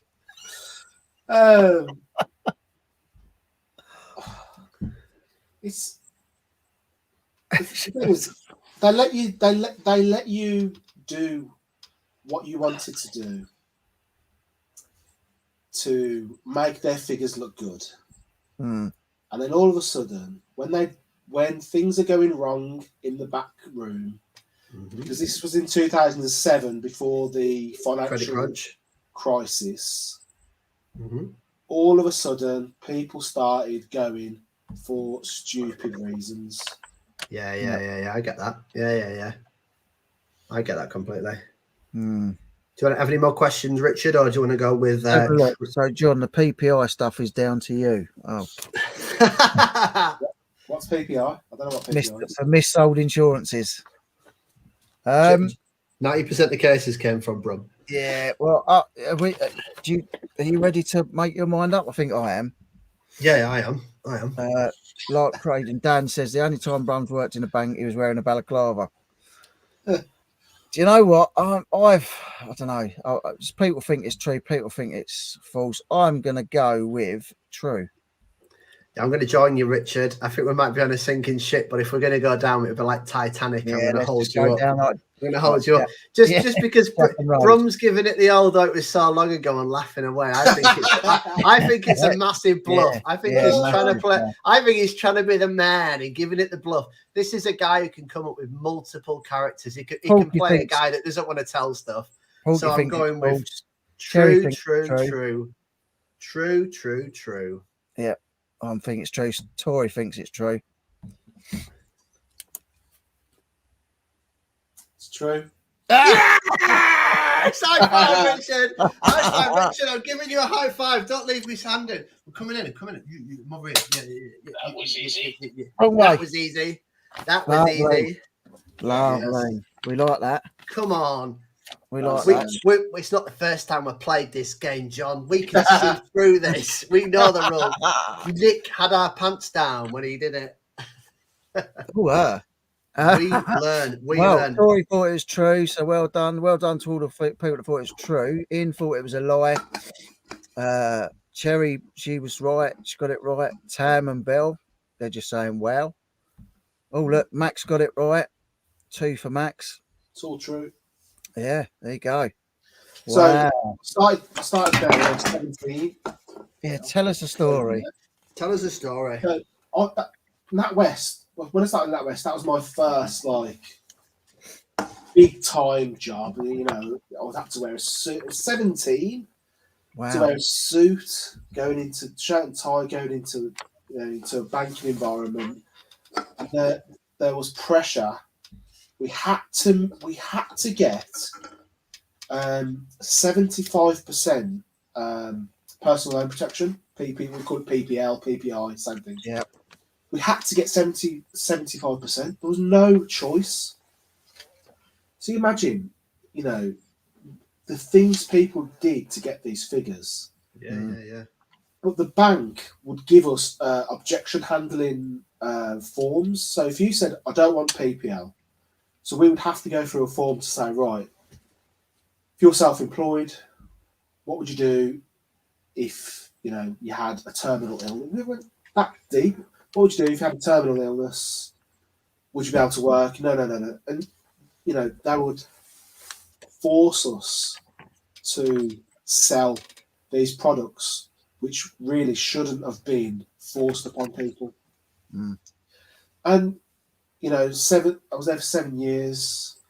It was only in the last sort of couple of months they were really looking into everyone. The financial crisis was coming up. They knew that there was a lot of things wrong within the bank. Yeah. And they was just sacking people for all sorts of different social media. This is like when Facebook was becoming a little bit bigger. Yeah. Facebook comments about management. You can't do that. You're gone. You're sacked. Yeah, I was sacked for mis-selling. And if I can remember rightly, it was I came in on Christmas Eve or something, and they said, right, you get 2 loans, you can go home. So I banged out 2 loans, and I went within a couple of hours. But the way I sold them couple of loans, they weren't happy with. So, wow. But I could have said, that's your problem, because you have made this incentive to go. But I was too young and stupid to fight it at the time. I was like, oh. Yeah. If you could go back and do that job again as one of your characters, which character would you Oh, I can do the job as? if you're just gonna, probably Barry Bruno. It's got to be Barry Bruno. Yeah, Barry would smash it. Barry would be like, "Do you want it? Do you want it again?" He'd be smashing every keyboard. Honestly, I was that cocky on the phone. I would say to a customer, "Did you know you can have a loan for £1,000, and it would only be £52 a month?" But they haven't called about a loan. They called about, "Oh, can you let me know when the direct debit's coming out?" And I'll say, "Yeah, by the way, do you know you can have a loan, £1,000, £52 a month?" "Oh no, I didn't know that." But and I put them on hold, and then I say, "I'll just do nothing, just wait there, let it sink in, plant the seed." They'll go back to them and they'll say, "Right, your direct debit sorted out. See you later, thanks a lot." And they'll go, "How much is that loan again?" I'm like, Oh, nice. Yeah. "Bad." I the reason why I knew it was, well, I felt like it was true, Brum, is because I did 2 jobs right exactly when you were. I did door-to-door sales, which I learned a lot. There's a lot of money. If you ever seen the series that they did on the BBC about with the guys from the In-Betweeners, White Gold, I think it's called. Like, it tells a lot of truth about double glazing companies and conservatories and stuff like that. Like, I think I was earning like maybe $2,000 a week doing door-to-door sales. Like, that's how much money it was. It was ridiculous. And then when I worked for EDF Energy, I remember people on prepayment meters before it got really regulated by Ofcom or Ofgem or whoever it is. I used to be able to ring people who had a prepayment meter, which is your gas and your electric, where you put a key and a card in. And I rung them up and I said, "Do you want to come back with us?" And if they said yes, that was legally a contract agreement. So it was proper brutal. So I used to ring them up and be like, "Yeah, but you don't want to really leave us, did you? Because you're quite happy with us, weren't you?" Like, almost like saying, getting a confident yes. And they were going, "Yeah." And we're going, "You know what? I'll send you a key in the post. Does that sound good? You'll come back to us." And I'm like, "Yeah, no worries. I'll sort it out for you." 30 seconds on the phone, and I was whacking out keys and cards, getting paid like $3,000, $2,000 extra a month just by Just gotta go to the toilet. Just gotta go to the toilet. 1 second. How dare you go to the toilet? By the way, everyone, if you haven't already thanked or shown your love to Richard, he's now gone 7 days officially with 1K subs. So I have a big question for you, Richard. Yeah. Have you got the Bentley yet? And how much have you made? No, I've been out Bentley shopping, but I didn't find the colour I liked. So now obviously I'm earning so much money from YouTube. I mean, I've earned 7 pence in the last 7 days. So yeah, I'm struggling to know what to do with all the money. But it's nice to hit the 1K. It's nice to hit the 1K, but you're not going to be rich from it. So, but it's nice. It's nice. It's nice. It's a nice goal, and it was all you guys that have got me there. And you know, the show, and James decided he was going to get me 50 odd subscribers that last day before he went on holiday. So he went on a mad mission. I didn't think he was going to do it. I tell you what, Richard, I went on holiday and I turned my phone off because I turned my eBay store off, because you can do it 2 ways. You can either do it on holiday and receive sales, or on holiday and not receive anything. Yeah. And I set it so it was on holiday and not receive anything. And then I knew I got you to 1K. Just turned my phone off, and I was so happy. I pushed it. I pushed it so much. And you know what? You deserve it, Richard. You deserve it so much, mate. Like, your videos are incredible, and thank you, mate. You wear your heart on your sleeve, and I just think, you know what? I'm looking forward to getting back into it and doing Vlogmas with you. We'll get you up to 1K. I'm just going to message Brum on his videos and be like, yeah. Give me a big shout out that I'm doing my Vlogmas, so I can get myself to 1K, so I can earn 7p a week. Yeah. If anyone's not subscribed to James or to John, go over there and do it, because they're both great. If you look at James's channel, you know, he hasn't done a video for a while, but he is going to be getting back into it, and his videos before were amazing. So I think I've put both links in the description as well. Well, So you can edit it. You can edit it. yeah, well, I think no, I've It's- already I'm sure I put them in because I said to you, I usually forget, but actually I have remembered to put them in this time. No, nice work. Thanks, Now, there's Pete. definitely the big reason why I've not been doing videos is, as I said, for me to go from full-time office job into full-time reselling, I had to literally like cut off everything and just focus on it so I could do the transition. And now I've got my eBay business enough that I've made the jump. I've handed in my notice. That's me done.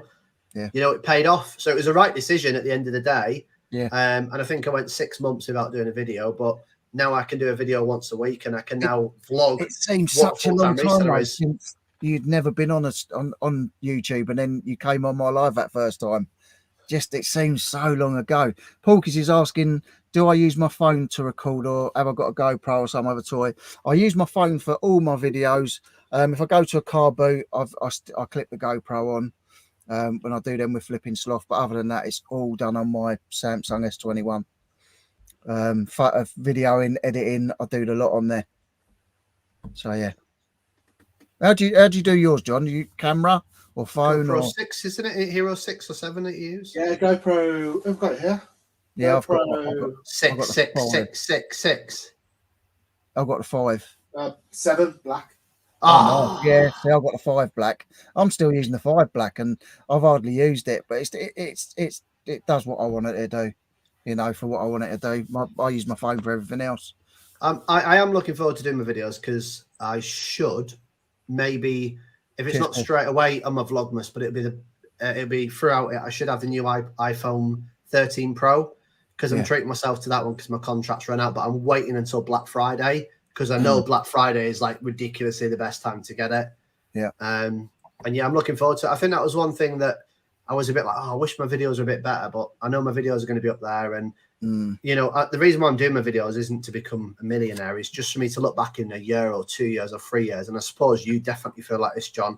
You've almost like it is a vlog. It's a video diary of your progress. And that's like the best part about it. The only thing I'm gutted about is that you've removed your Barry Blue Nose video. Have you saved it somewhere? Can we get a private link to it? Because I need that in my life. I still need that in my life. Yeah, it's just private. Just private. So it's still on amazing. YouTube. So can you send that link to people if they personally request it, like myself? Yeah, I think so. Yeah. That's good. That's all we need in life. I'll send it after. Man, Yes!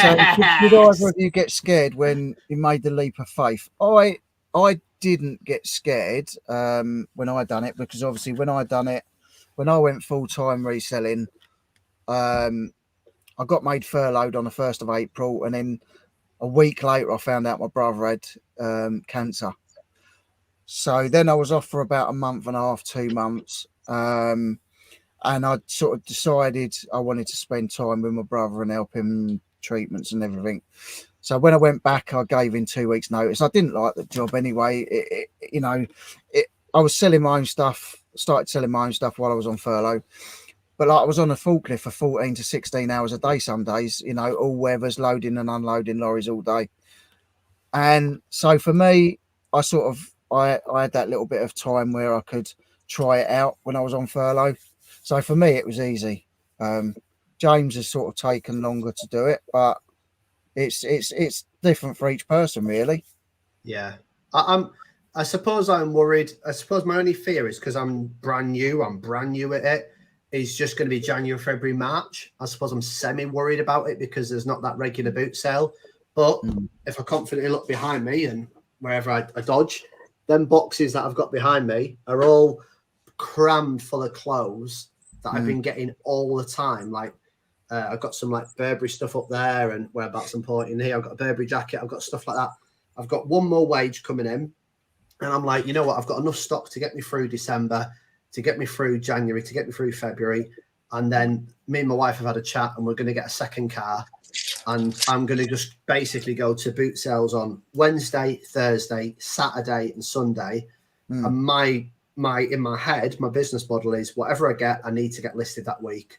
Certain things I'm going to put aside because, fingers crossed, all the stuff I've put aside, like the Christmas decorations, and John shouted out the toys. I built up a bit of toys this year. and also a bit of Christmas decorations. I've got loads of vintage Christmas lights and stuff like that I'm going to be listing this next couple of weeks. Nice. But yeah, What about we'll get you? through this. Was it easy decision for you to decide what you was doing? No, I mean, not at all, because at the time I was working from home a lot, and it made me realise, like, you know, I was kind of working on my eBay business anyway. And during last year's lockdown, and I was buying pallet loads of chalk. I don't know if I might have said this before in the past. Yeah. Buying pallets of chalk because people were doing all the NHS rainbows. That's right, yeah. On the driveways, and it was hot summer, and I could not get enough of this chalk. And I had, while I should have been working at my job, I was having tons of chalk pull up on the driveway, and I was filling the house with it, and I was selling like the chalk was just crazy. And I thought, if I was just to put this time now in that I've got into reselling, what I could do. Yeah. So that lockdown and COVID was kind of the trigger for me to do this. And I think if it wasn't for COVID and lockdown, I'd still be at my job. Yeah, I'm the same as you, bro. Doing the same old thing. Yeah. But the decision was, I was still on my salary was 30 grand. So that's a lot to throw in. You know, that's massive. It's massive. You're saying you don't want that, right? Yeah. What are you going to replace it with? It's a big risk, massive step. Yeah, especially when you've got bills and you've got your mortgage or you've got your rent, and you know, it is a big step. And when people ask me, you know, when's the right time to do it, it's only you that can decide when's the right time. Like 100%. I say, you know, with me, obviously, the fact that my brother was ill-determined was a big determination and a big sort of factor on me deciding to actually go for it. But also, like I say, I had that little bit of time on furlough where I was selling all my own stuff, you know, and going out and seeing if I could spot bargains and watching videos. Like, you know, a lot of the time was many hours was used watching videos. And then I thought, you know, I'm going to document this. So I started doing my videos, and I don't, you know, I'm glad it went the way it did now, because I managed to spend, you know, 9 months out of the last 15 months with my brother. I managed to spend a lot of time with him. I took him to his treatments, and I was there with him when he passed away.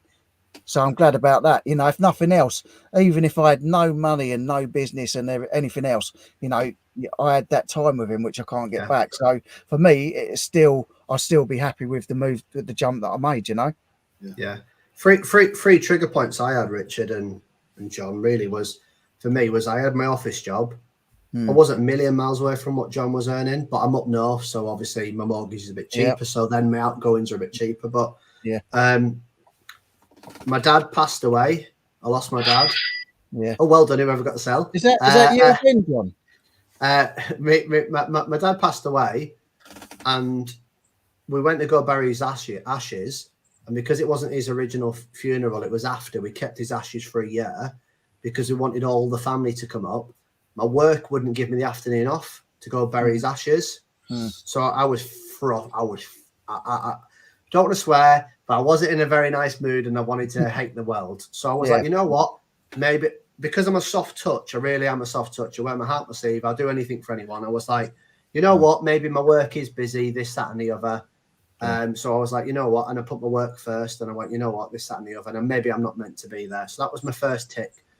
Second tick was, second tick to third tick was, I wanted to reduce my hours. I said to my boss in January, I said, look, I've worked all COVID. I was the third highest seller for the company, not just for anything, but the company.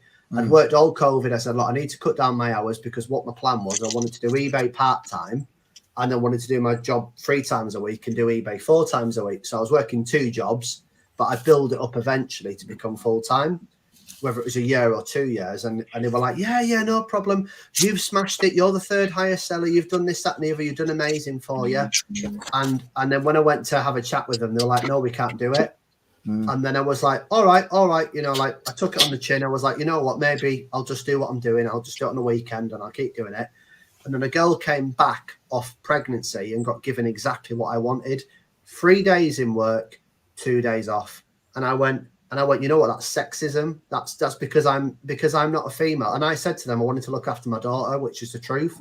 I wanted to have a day with my daughter. And I was like, that is absolute sexist. Forget racism and all that. I was like, that's sexism, like right there. I was like, had I have been a woman and come back, would it have been different? And I felt really like that was incredibly sexist towards me. And then the final straw was I came back to them and said, look, is there any way of reducing my hours by half an hour, this, that, and the other? I want to spend a day with my daughter. They wouldn't. And then I just got overstressed and I started getting angry, this, that, and the other. And then I went to the doctors and the doctors were like, yeah, you're stressed. Like, you need to do something about it. And I said, you know what? I said to my wife, I said, I need to leave this job. And then that's what's led me to do it. So it's a massive mental health reason why I've left it to do it. So it wasn't that my business was incredibly booming, but if it wasn't thanks for COVID, yet again, coming back to COVID and doing all that and trialing it all, I wouldn't have had the confidence to do the jump. I would have probably still been in that job and I still would have been going through this stress and dealing with it, but I knew there was a way out. And you know what, like we've all got each other. We'll all help each other and we'll get on with it and just high five each other through the bad days and high five each other through the good days. Exactly. That was easy. That was easy. Yeah, no, it is good. You know, and it is good. It is a good community. Like I say, you know, no one. I don't know a small percentage of what you know of everything, and I'm learning every day. You know, every time someone puts a video out, I learn something or see something that I've walked past many a time at a car boot sale or a charity shop. Just walked straight past it, thinking it was nothing, and you know, it's worth money. Learning's earning, and you're learning every day in this game. Well, I've seen people at car boots who just do vinyl. And this was last week. Yeah, and he says, "Oh, I watched the video. Now he's picking up all the stuff that I pick up." Like, bloody hell. That's why you've not found that boot sales that good, John. Stop doing your videos and showing your good stuff, and just do your characters in your record store. Oh, that's just hilarious. You know, if this other thing takes off, you don't know where it's going to go, do you? Yeah, that's the thing. There was a comment popped up earlier. Do I have a day off? No, I don't. Yeah, I was going to ask you that. This is why I look like this at the moment. I'm all... dear. No time off at all. The shop closes Sunday and Monday. Sunday I'm at car boots, and now we take the kids rugby. So that we've got to do that, and it doesn't feel like I can sit down and have a full day off. No way, no way. Yeah. No. But if you sat down, if you decided, right, I'm going to take stuff, and you sat down, would you start driving yourself mad and start getting all like you need to get up and do something? Or there's always something to do, whether it's edit a video, whether it's package parcels, take parcels to the lockers, be in the shop for opening, be in these meetings which I'm at the moment, which is a whole new sort of thing. Oh, meetings, chat. We heard the word meetings. We like meetings. That sounds professional. When you're talking meetings, you're talking professional. Which you'll find out next week. He's got another job in a bank. PPI. What else? There's always something. But you know, I must shout out. I don't know if she's watching. She's probably not. She's probably gone to bed. My partner is. You know, we've all got partners. Yes, we have. And, you know, to have an understanding partner is one half of being a reseller. Yeah. But it's one of the best parts, John. It's one of the it's the part that puts up with everything and makes us feel okay about what we're doing. Yeah. Mine moans at me all the time.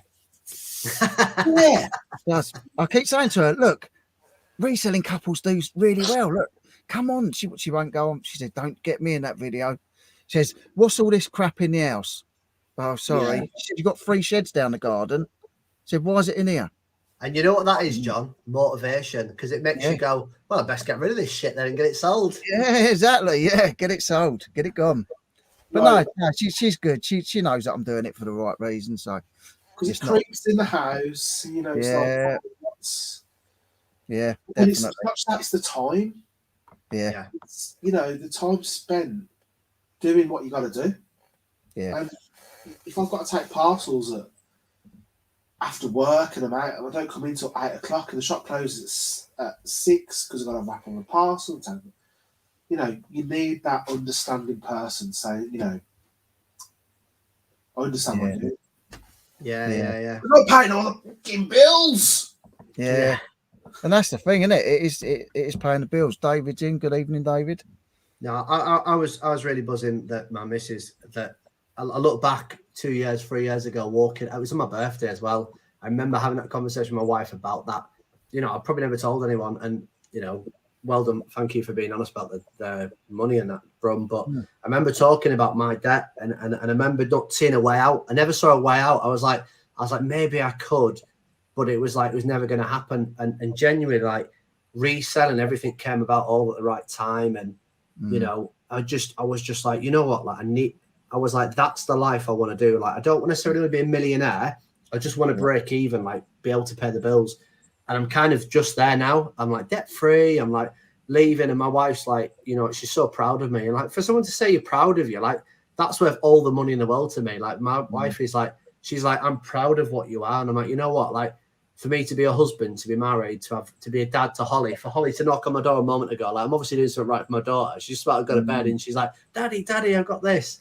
So I'm obviously not winding her up too much at the moment. So that's good.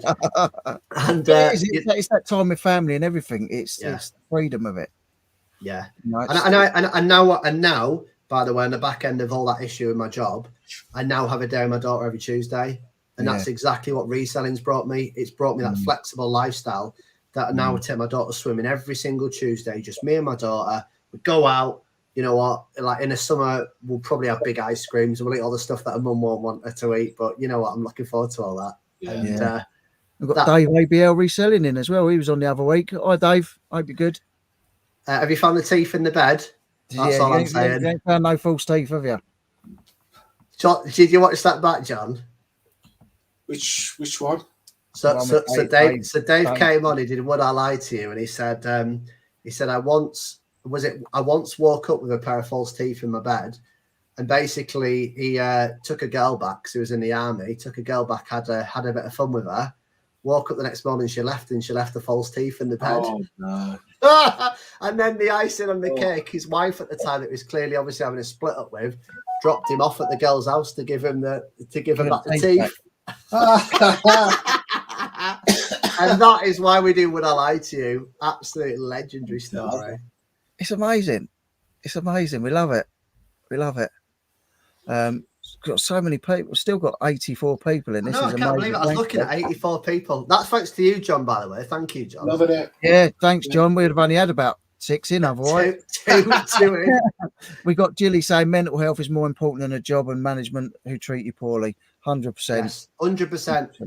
And an issue I had, and John probably went through this, I don't know if you had cold feedback, but I used to have cold feedback. And a lot of the things I got picked up on is because you can tell I'm obviously quite eccentric.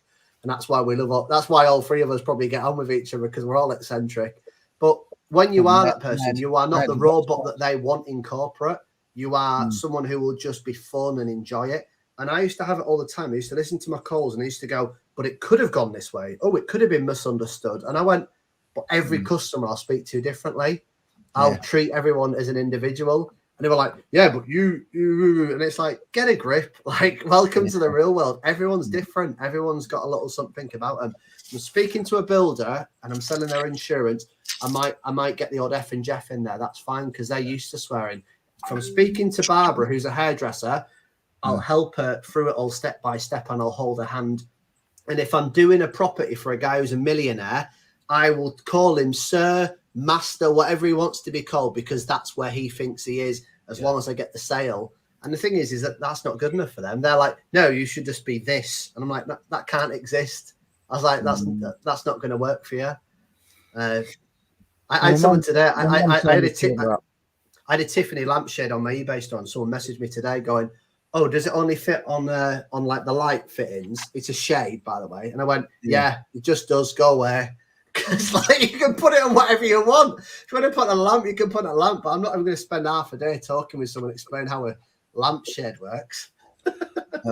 Theo saying he left an 85 grand job, pension, private healthcare, worked for an American firm, 24 years, hated every day, was in work, wishing his life away, feeling depressed, had just got fed up and walked out. And you've probably done the best thing by doing that, Theo. And you're here. Yeah, you're here watching us nutters. Oh yeah, PvP saying teeth in the bed was hilarious. Yeah, it was. He's saying I can't believe I fessed up to that. Not his finest hour. Theo's saying it's the best thing he ever done, reselling about 2 years full time and loving it. And that's it. And like I say, you know, someone else would have an 85 grand job and be scared to make that jump. But obviously, let's say your mental health and all the rest of it's more important. And we've got Dave in. Hi, Dave. Dave's been to the shop. Has he? Has he? Yeah. Oh, wow. Nice. He's on his way to Leeds. And Cool. he thought stop off in Birmingham. We had a free coffee. Oh, lovely. Oh, it's worth coming to Birmingham. I'm still needing a free Birmingham coffee. just for a free coffee. Definitely. I want to go full time. Don't like my job much. The thing is, you'll know when the time's right, Tam. Yeah. And Belle, you know, it's got to be right for you. It has to be. It has to be. Evening, mate. And if you've got a mortgage and you've got kids and you've got childcares, that's what the hardest decision was for me. And it's just weighing it up. But you'll know what's right for you. And see, ex-Gov here, he's saying, evening, lad, start full time Monday, last day of work tomorrow. Lovely. You're gonna love it. Yes. You're gonna love it. You're gonna love it. Well done, that man. That was easy. I just noticed the likeness between John and Rich. That's nice of you to say. I think basically you both look like Brad Pitt and I look like his brother Sess. Yeah. We got reseller Daz in, hi mate. Yeah, I mean, Porky's worked in the same factory for 44 years. Jeez, last 5 gone really downhill. Reached 60. My mum isn't getting any better, so I think the jump is coming. Like I say, you know, only you can decide. And I'm sure whatever you do, you'll do the right thing. Lovely coffee it was too, Dave saying. Was. Only 4 years out of date. Yeah. I can't.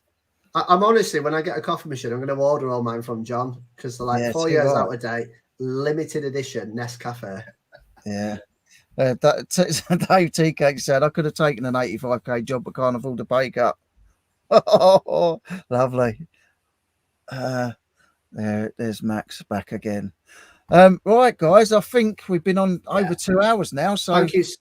We better wrap it up, otherwise. Well, more importantly, guys, we wanted to do something that I don't think anyone does on a live, and even though John can't hear it, we want you all to go on your emojis, and we want you to put the clap emojis, spam it all over the clap. Because you know what, John? Thank you so much for coming on. Thank you for doing the characters. Thank you for being here. Thank you for giving 100%. Your time. And thank you, mate. Honestly, we really, really appreciate you guys so much. So much. You can all find the clap emojis. You know what's funny? What's funny is I didn't know that you two were gonna do that, like dress up as Barry Blue Nose and the French guy. But you didn't know I was gonna dress up as exactly. Exactly. We didn't know. We had an idea, right? We had an idea you were going to do Barry because you said it in the chat. And did you see the other day when we did his 1K, we both laughed because we knew what we had planned for you. Because you know what, John, like all of us appreciate you. That's why the chat's all clapping like that, because you know what, Will, you really do make a lot of people's day. You definitely make my day, mate. When you come out, like, I'm like, oh my God, John's video's out. And you know, it picks you up. It's going mad. I'd be sitting there on a YouTube channel live Saturday night, 9:30 in the evening, in a string vest and a blazer. I've still got my Frenchman shirt on. It's You nuts. know. But I went up to the house before we come live, and I had this on underneath my shirt and that. And my wife said, "You look like a burglar." I said, "Did you see the rest of it? I'm supposed to be a French man." I said, "Once I got the rest of it on, it'll be all right." But Debs is saying she loves the catwalks. We all love a bit of the catwalk. We all love the catwalks. Hence the idea for the thumbnail. Yeah. Yes. We all look good that day. We all look really good that day. Yeah, we did look good. All right, guys, we're going to wrap it up anyway because John's given us enough of his time, and Thank you so much, John. we've all loved it. And thank you to you guys. Thanks for the super sticker. Thanks to James for the super chat. It's all a first for me. Really appreciate you. John, have you got any videos or anything coming up? Friday. Right. Friday. Obviously Friday. Big Friday. news Friday, guys. So everyone in the chat, Yeah. don't forget Friday. There's big news coming from John Brum Reseller, and you Massive heard it here news. first. Here first. Exclusive. Yeah, I'm sure I'll have some sort of video out, or maybe go live on the spur of the moment. But Dave! Oh, look what Dave's given you, mate! Big shout out to Dave. Oh, Loving that. cheers, David. Go on, mate. Dave. Thanks for the super chat. Yeah, fantastic. Yeah, Thank so you, guys. actually, I might do a video on Friday, then I might do a live on Friday, but I know it's going to clash yes. with drinking. Yeah, I don't think too many people go live on a Friday. I don't know. Well, don't worry, John. We can drink with you. We can drink with you if you need us, John. Yeah. Yeah, it might be an idea actually. I'll speak to you about that. Yeah. Debs is saying, John, are your feet really that small? Size 3. Yeah, no, we need to know. Let's clarify it, John. Let's get an official. Let's get it here first. What size are you? Are you really size 3? 4. Size 4 shoe. Size 4. Is it really size 4? John, that's amazing. I should have put that in the true for live. You should have. Yeah. I would have believed it.